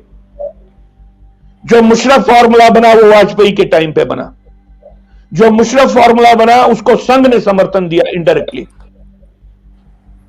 वो लोग अंदर बैठे हैं, उनकी सोच का कंटेंट क्या है? जब इस वक्त अमित शाह जी वहां गए, ये किसने उनको बोला कि कश्मीर का सूफीज्म भारत के देश को एक देन है?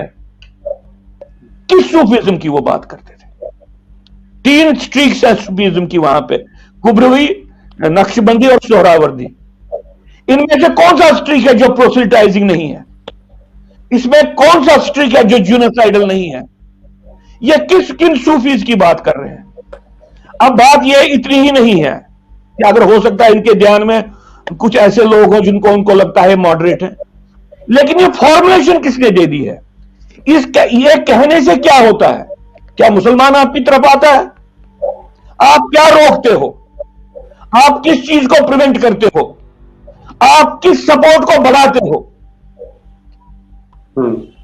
तो बात यह है कि स्ट्रैटेजिक थिंकिंग के लेवल पे मैं आपको, आप थोड़ा बहुत डिमोरलाइज हो सकते हैं। हम जब यहाँ पे आर्मी के साथ बहुत बार सेमिनार्स में गए तो एक बार हमने 16th कोर का ऑपरेशन मैनुअल वहां पे देखा। उसमें जो इंट्रोडक्टरी पेजेस में कश्मीरी हिंदू के बारे में और जम्मू के हिंदू के बारे में वही लिखा गया था जो हुर्रियत वाले प्रचार करते थे। मेरे पास कॉपी है उसकी, कभी आपको पढ़ाऊंगा, इस वक्त ये विषय नहीं है। लेकिन अगर स्ट्रेटेजिक सोच है कि भाई आप हिंदुस्तान की हिस्ट्री को चेंज कीजिए, उससे हिंदू मुस्लिम भाईचारा आएगा। अगर ये स्ट्रेटेजिक सोच है तो प्रॉब्लम वहां पे है जी। ये किसने, ये कौन इनको बोलता है कि पाकिस्तान ने युद्ध की उद्घोषणा की है? तालिबान आ गया अफगानिस्तान में और यहां पे एस्केलेशन हो गई है। आप देख लीजिए हमारे स्टेट में हमने पाकिस्तान का नाम लेना भी बंद कर दिया है। आप देख लीजिए यूएन जनरल, आप देख लीजिए हम पाकिस्तान के बारे में बात नहीं करते हैं। हम दुनिया को यह नहीं बोलते हैं कि Pakistan is a scourge on the world. हम किसी और दिशा में जा रहे हैं।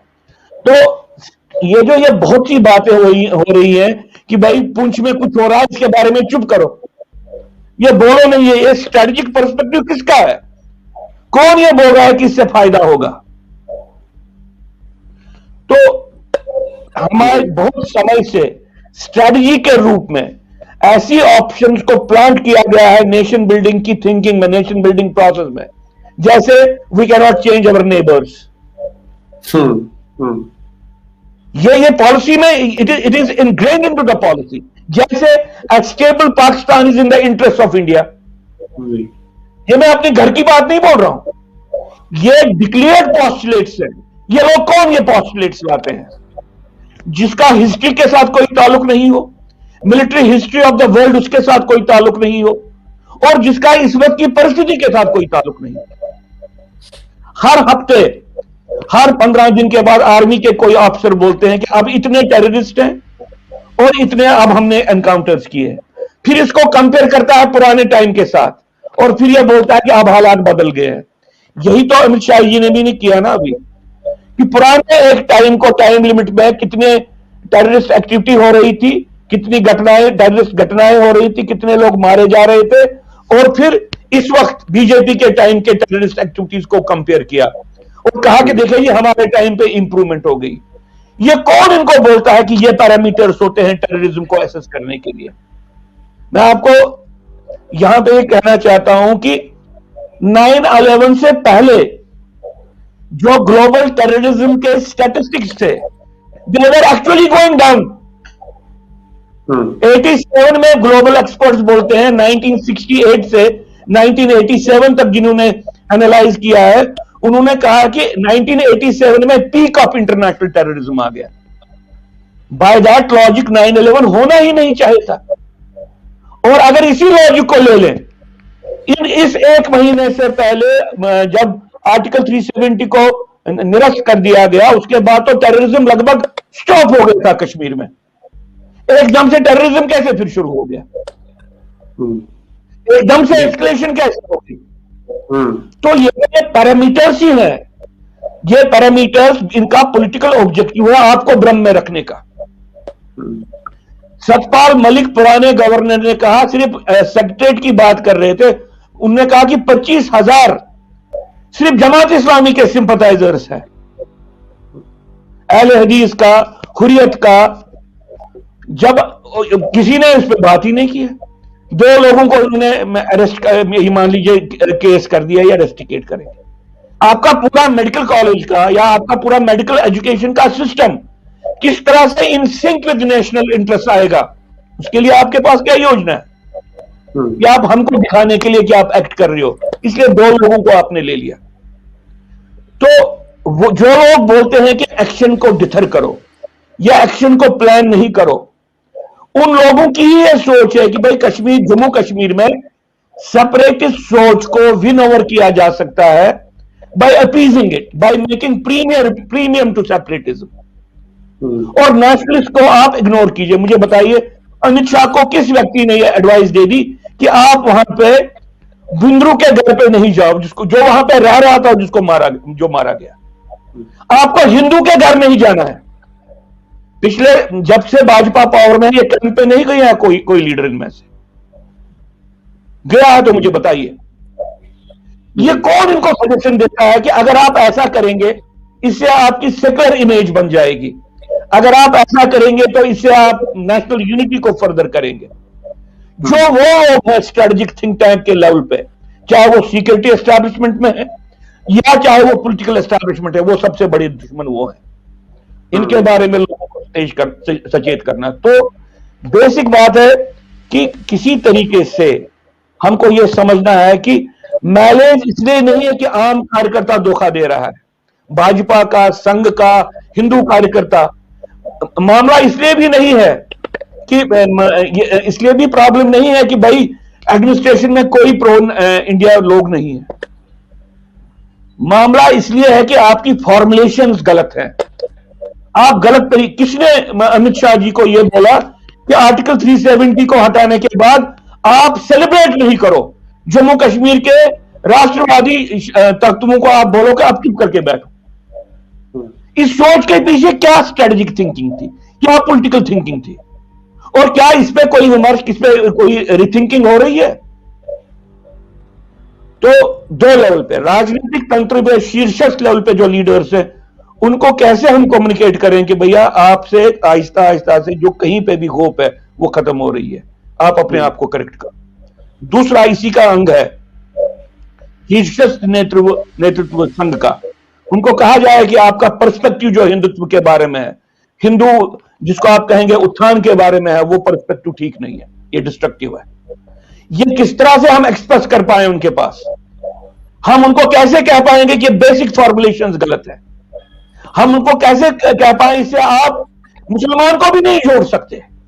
जो मुसलमान जुड़ना चाहता है आप उसको नहीं जोड़ पाते। मैं आपको ये कहना चाहता हूं, कश्मीर घाटी में जिन्होंने काउंटर इंसर्जेंसी मूवमेंट लड़ी, वो कहते हैं कि अगर यही करना था भाजपा को, फिर आर्टिकल 370 क्यों हटाया?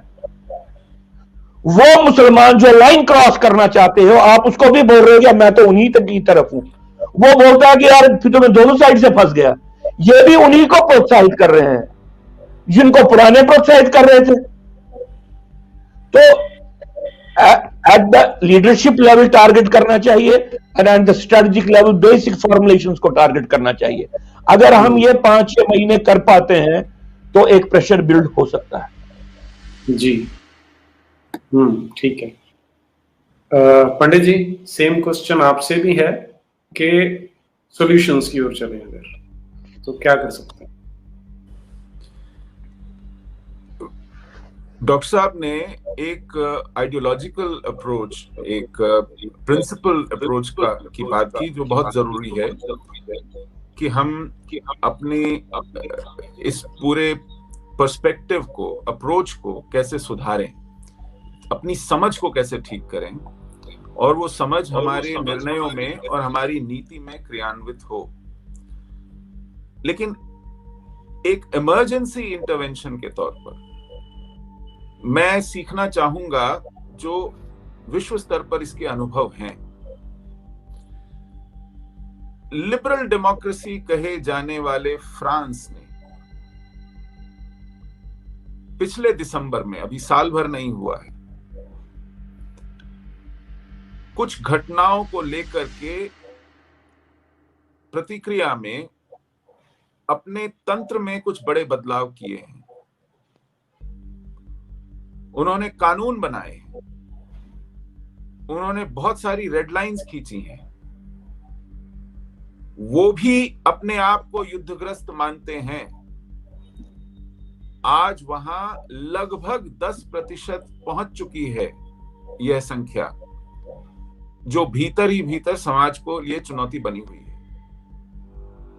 तो हमें अपने कानून में, अपनी कानून साजी में, अपने क्रिमिनल जस्टिस सिस्टम में फौरन बहुत कुछ करने की आवश्यकता है। और ये नी-जर्क रिएक्शन प्रतिक्रियावश नहीं होना चाहिए।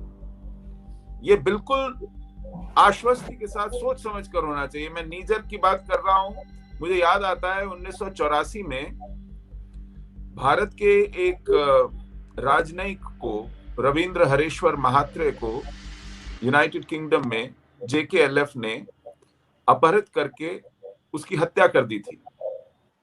उसका अपहरण किया था मकबूल भट्ट को छुड़ाने के लिए, जो उस वक्त तिहाड़ जेल में था। उसको फांसी की सजा हुई थी और किसी ना किसी वजह से टाल मटोल करके उसको फांसी नहीं दी जा रही थी। समय पर दे दी गई होती तो रविंद्र हरेश्वर महात्रे इस तरह नहीं मारे जाते। लेकिन जब उनका शव मिला तो हफ्ते भर के अंदर इंदिरा गांधी ने मकबूल भट्ट को लटका दिया। तो ये प्रतिक्रिया में आपने एक काम कर दिया, लेकिन व्यवस्था में कुछ बदलाव नहीं किया। यही कारण है कि आज भी देश के साथ द्रोह मुनाफे का सौदा है।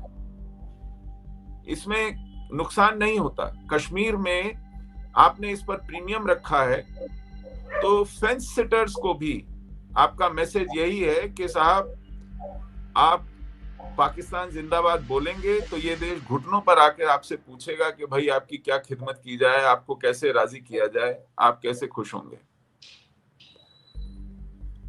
तो सोच में परिवर्तन लाना है और हमारी जो दंड व्यवस्था है उसमें परिवर्तन लाना है। मेरा ये मानना है कि इस देश के विरुद्ध जो भी कोई काम करता है, काम करता पकड़ा जाता है, बोलता लिखता पाया जाता है, उसको इस देश की नागरिकता से वंचित किया जाना चाहिए।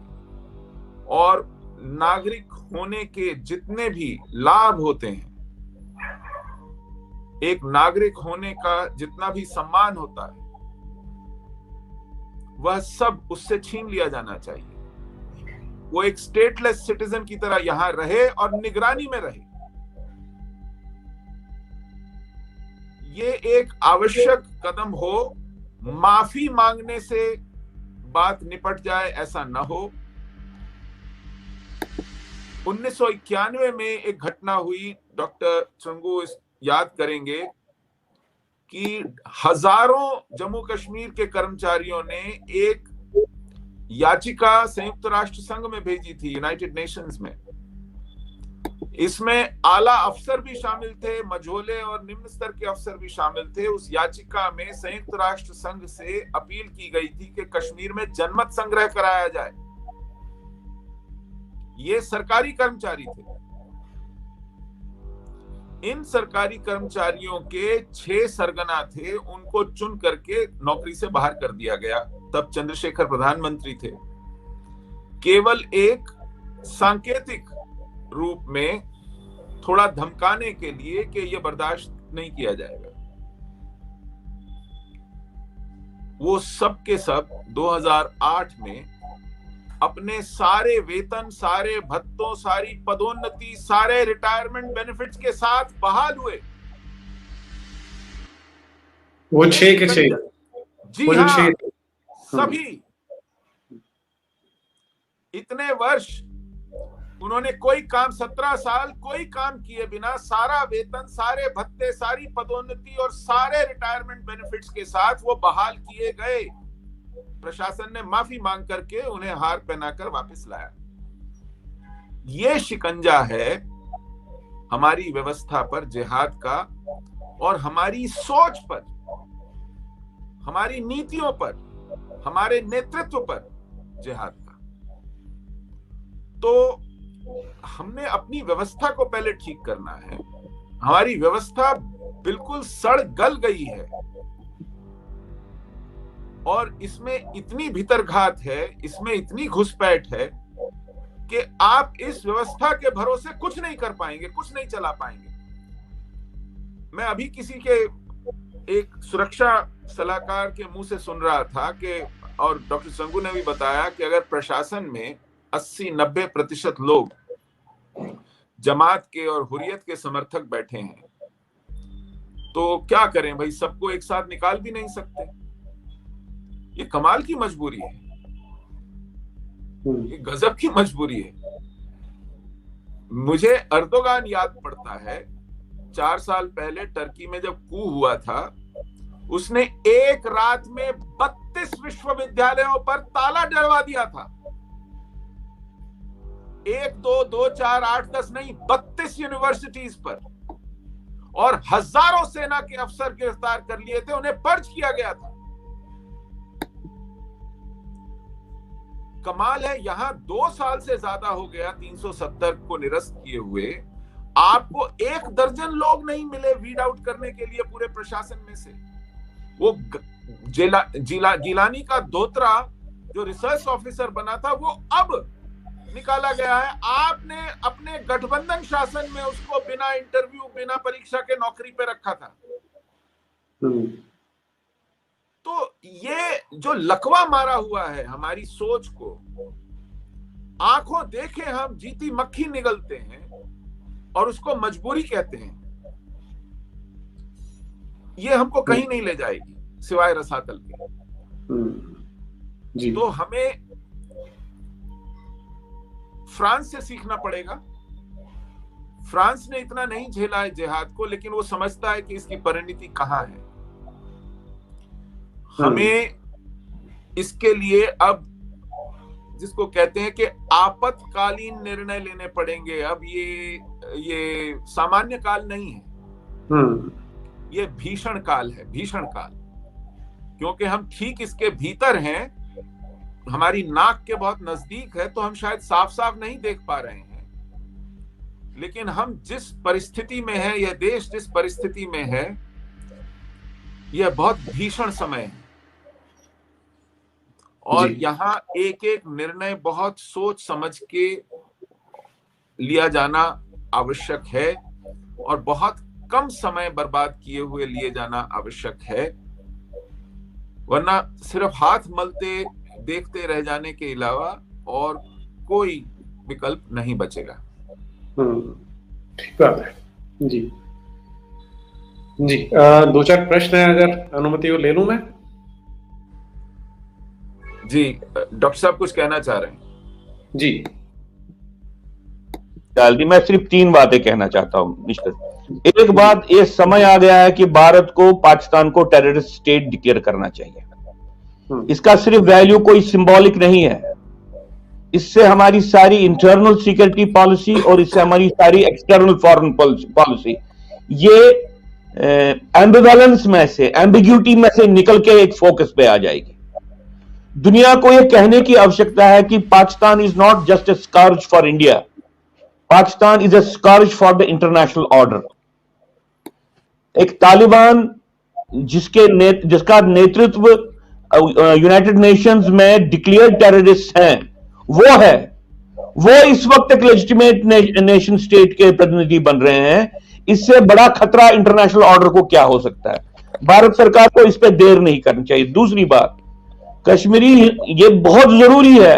अगर आप कहेंगे कि कोई भी ऑपरेशनल एक्टिविटी करनी है, वो दूसरी है कि भाई हिंदू जिनोसाइड, कश्मीर में हिंदू जिनोसाइड हुआ है, इसको औपचारिक स्तर पे मानना चाहिए भारत सरकार को, और ये कमिटमेंट करनी चाहिए कि न्यूरमबर्ग ट्राइब्यूनल क्रिएट किया जाएगा जल्द से जल्द। जो कश्मीर में घटा, जम्मू कश्मीर में घटा है, ये एक उदाहरण पूरे देश के लिए बनेगा।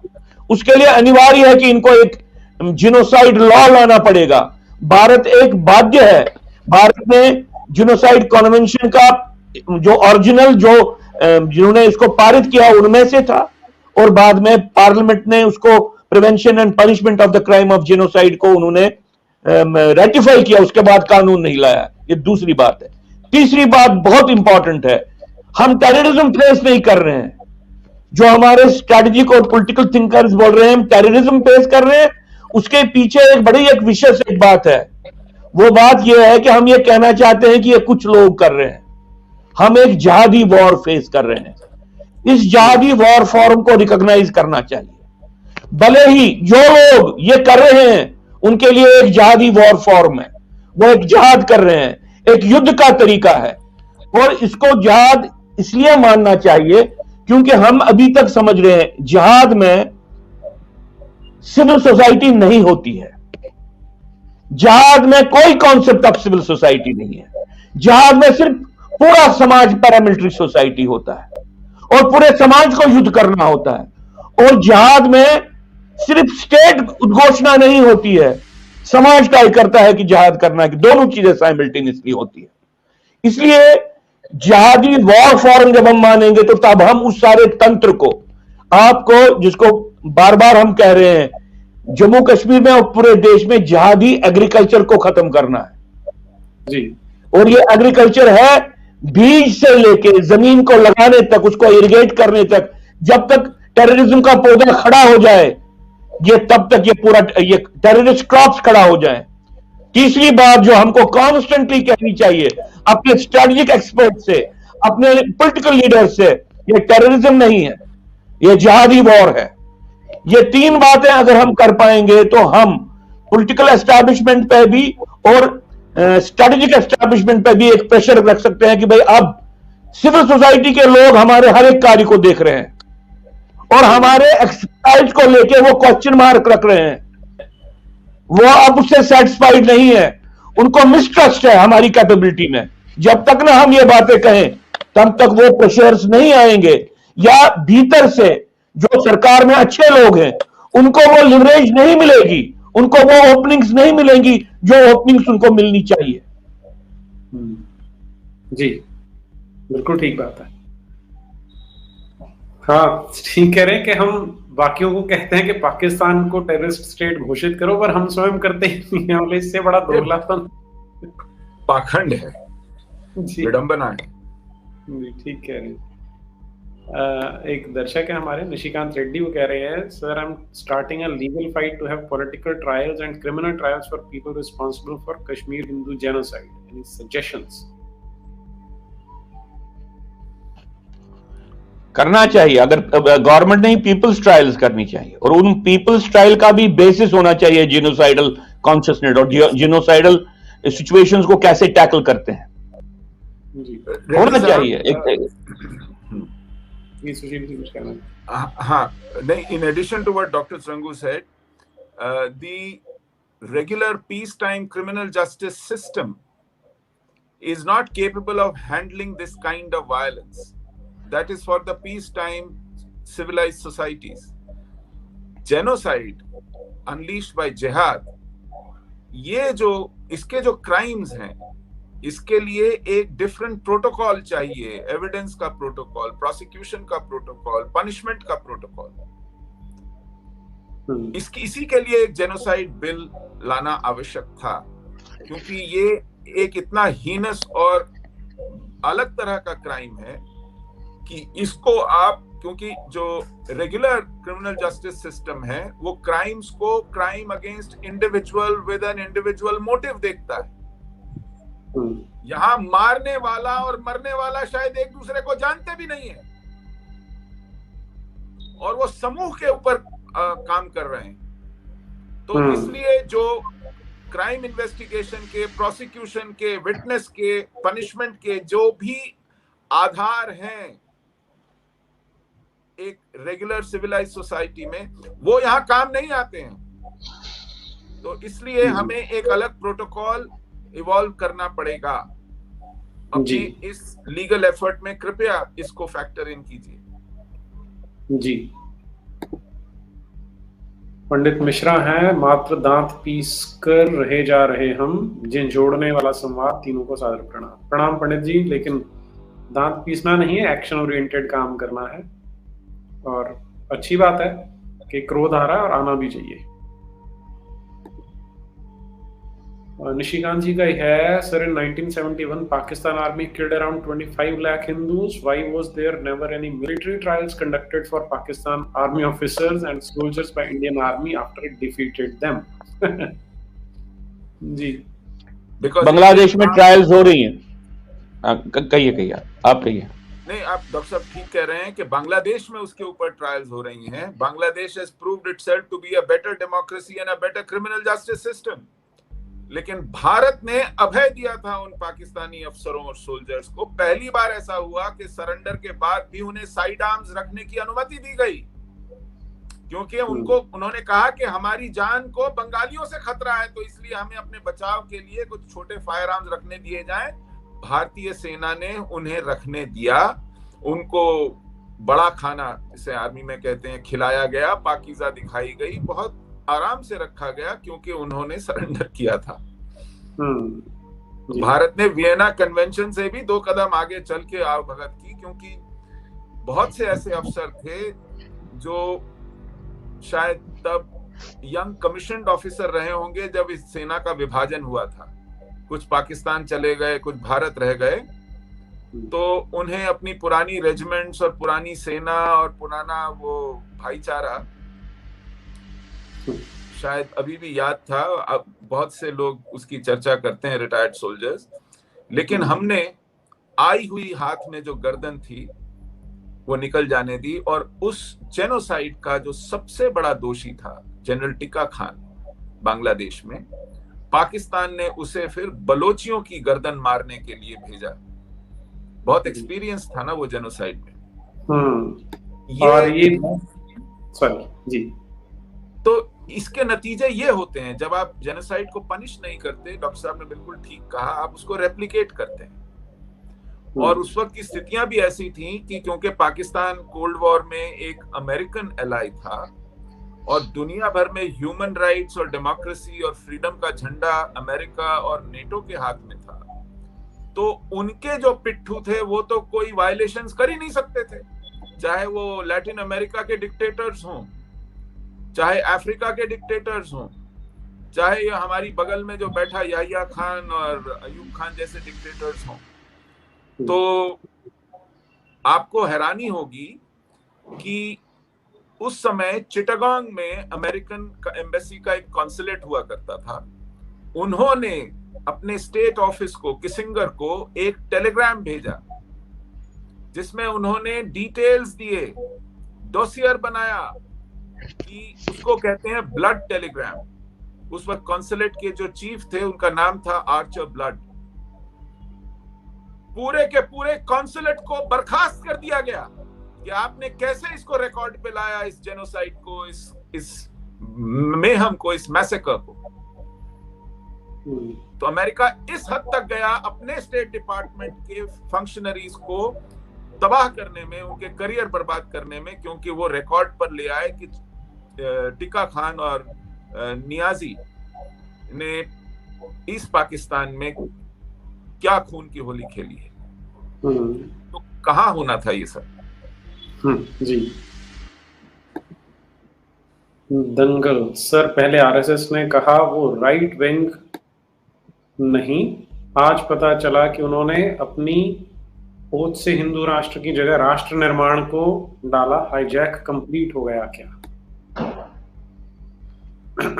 जी, ये पिछले 3 दशक की ये सबसे बड़ी घटना हो रही है। हम देख रहे हैं कि एक मोमेंट जो हिंदू उत्थान के लिए उठी थी, वो आहिस्ता आहिस्ता से अपने आप को डिस्टेंस कर रही है।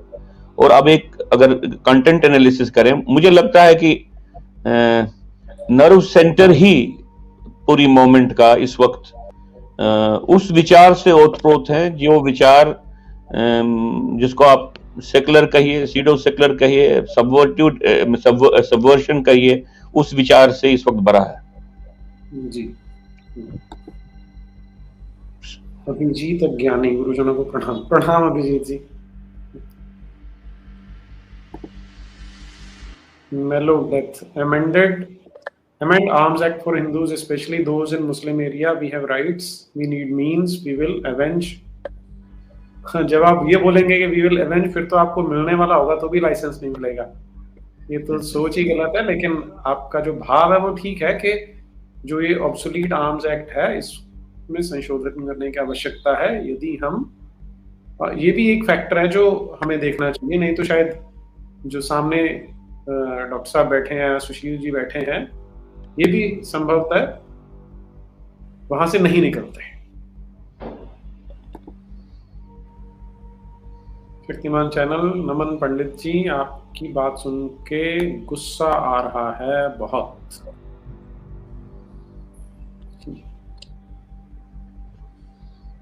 गुस्से को चैनलाइज कर लें बस, और क्या है।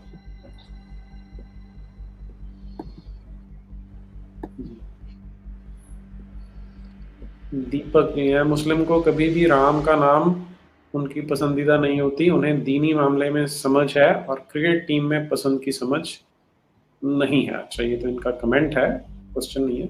अच्छा, क्वेश्चन भी है, क्रिकेट टीम में पसंद की समझ नहीं है।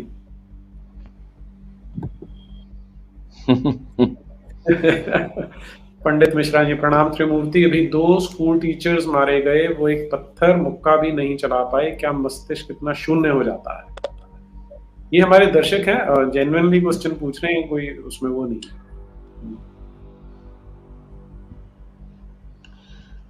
ये हम 2 चेतनाओं की बात, एक चेतना जो बहुत समय से चली है, जिसमें वायलेंस इंटीग्रल है आपकी पर्सनैलिटी के। दूसरे में वायलेंस को अपने पर्सनैलिटी से बाहर निकालकर चलना है। ये 2 प्रयास हैं, ये 2 प्रयास चल रहे थे, चेतनाओं में फर्क है। तभी बहुत से हिस्टोरियंस ने ये कहा है कि एक बारबेरियन सिविलाइजेशन जब एक सिविलाइज्ड, एक जिसको आप कहें कि ग्रूम्ड सिविलाइजेशन के कॉन्फ्लिक्ट में आती है, तो जो ये हायर सिविलाइजेशन है वो उसको मुकाबला करना, उसको वायलेंस को इंटरनलाइज करना, ये चेतना के लेवल की बात है। और चेतना के लेवल की बात तभी होती है जब आपका विमर्श ठीक हो जाए। तो विमर्श के मैं इस बात ये इंटीग्रल नहीं होना कि भाई आपको प्रतिरोध करना है, आपको खड़ा होना है। वही जो स्टार्ट पे नीरज जी ने भी कहा कि शत्रु बोध नहीं होना, युद्ध का बोध नहीं होना, इन कारणों से होता है। शैलेश जी एंड डॉक्टर शुरंगू, Sushil sir and Neeraj sir, thank you for enlightening us. आपको सादर प्रणाम। प्रणाम शैलेश जी आपको। जी, उत्तर ले लिए हमने, प्रश्न थे। और डॉक्टर साहब कोई क्लोजिंग रिमार्क्स? मैं तो सिर्फ इतना कहना चाहता हूं कि सिचुएशन सीरियस है, लेकिन मुझे लगता है कि जो कॉन्ट्रडिक्शंस दबे थे वो कॉन्ट्रडिक्शन सरफेस पे अब आ गए हैं, और वो मुझे एक बड़ी पॉजिटिव डेवलपमेंट लग रही है। आज हम संघ के बारे में भी बात कर रहे हैं, आज हम मोदी जी के बारे में भी बात करें, कांग्रेस की बात ही नहीं है। तो मुझे लगता है कि जब किसी सिस्टम के कॉन्ट्रडिक्शंस डीपन हो जाए तब एक परिवर्तन का समय आने का टाइम होता है। मुझे लगता है कि कॉन्ट्रडिक्शन डीपन हो रहा है, ग्लोबली भी और इंडिया में भी। इसलिए अच्छा ही होगा आने वाले समय में। थोड़ा बहुत हमको पुरुषार्थ दिखाना है सबको। जी जी, पंडित जी। जी नीरज जी, मैं जब पीछे मुड़ के देखता हूं तो सितंबर 2001, 11 सितंबर 2001 को जिस तरह अमेरिका में एक बड़ा जिहादी हमला किया गया था, उसके बाद दुनिया में एक नजरिया बदला था। चौंक करके, उठ करके एक पूरे विषय को समझने का अवसर भी मिला था और कुछ समझ आने भी लगा था, और बहुत से देशों में समझ बनने लगी। उस बात को 20 साल से ज्यादा हो गए हैं। अब जो बदला है, हमारे पड़ोस में तालिबान आया है, नेटो के होते हुए आया है, अमेरिका के होते हुए आया है, यूनाइटेड नेशंस के, ईयू के, G10 के, इन सब के होते हुए और इन सब के आतंकवादी होने के प्रमाण होते हुए आया है। और कमाल की बात यह है कि तालिबान को आतंकवादी 9/11 से पहले 15 फरवरी 1999 में घोषित किया गया था। तब 9/11 नहीं हुआ था। ठीक बात है। यूनाइटेड नेशंस के 1617 रेजोल्यूशन ने तब तालिबान को तब एक आतंकवादी संगठन घोषित किया था। और इस पूरे दुनिया के देखते हुए ये ट्रांजिशन ऑफ पावर हुआ है। मुझे लगता है कि ये एक और वाटरशेड मोमेंट है पूरी दुनिया में, इस समझ के बनने का कि जो एग्जिस्टिंग मैकेनिज्म्स हैं ये फेल हो गए हैं। जिहाद के साथ डील करने में जो मल्टीलैटरल मैकेनिज्म्स हैं वो फेल हो गए हैं, और जिहाद को अब एक राज्य व्यवस्था मिल गई है जहां से वो आगे बढ़ सकता है। ये एक लार्जर पिक्चर की बात है, लेकिन इस देश में भी जो परिस्थितियां निर्मित हुई हैं वो एक त्वरित परिवर्तन का सहायक बनेंगी। सोच में ये शॉक थेरेपी के थ्रू अगर आप साक्षात्कार करेंगे सत्य का, परिस्थिति का, तो उससे अच्छा ही कुछ उपजेगा। तो मैं इसी को एक सिल्वर लाइनिंग देख रहा हूं इस पूरे घटनाक्रम में, जो अपने आप में बहुत हतोत्साहित करने वाला लगता है शुरू में, लेकिन इसी में से हमें जो भी कुछ रोशनी मिलेगी, जो भी कुछ अच्छा निकलेगा, वो इसी में से निकलेगा। बिल्कुल ठीक बात है। जी, समापन से पहले एक हमारे दर्शक हैं, उनका कहना है, कौशिक मोहंती जी, प्रणाम सभी को। Money from grassroots, dormant peacefuls moves up towards the extremist active peacefuls. ठीक बात है। I practice not to purchase anything from the grassroots. Even if 20% of us practice this, the message will be loud and clear. जय श्री राम। ठीक बात है। छोटे छोटे काम अगर हम सारे करते हैं तो उससे मैसेज जाता है, और यही करना भी है। और यही जो अभी डॉक्टर साहब भी कह रहे हैं, पंडित जी भी कह रहे हैं कि हम जब तक हमारी चेतना नहीं होगी तब तक हम इस युद्ध को जीत नहीं पाएंगे। जी, तो इसी के साथ दोनों महानुभावों को बहुत बहुत धन्यवाद सभी दर्शकों की ओर से जुड़ने के लिए, और आशा है हम एक बेहतर भविष्य की ओर चलेंगे। इसी के साथ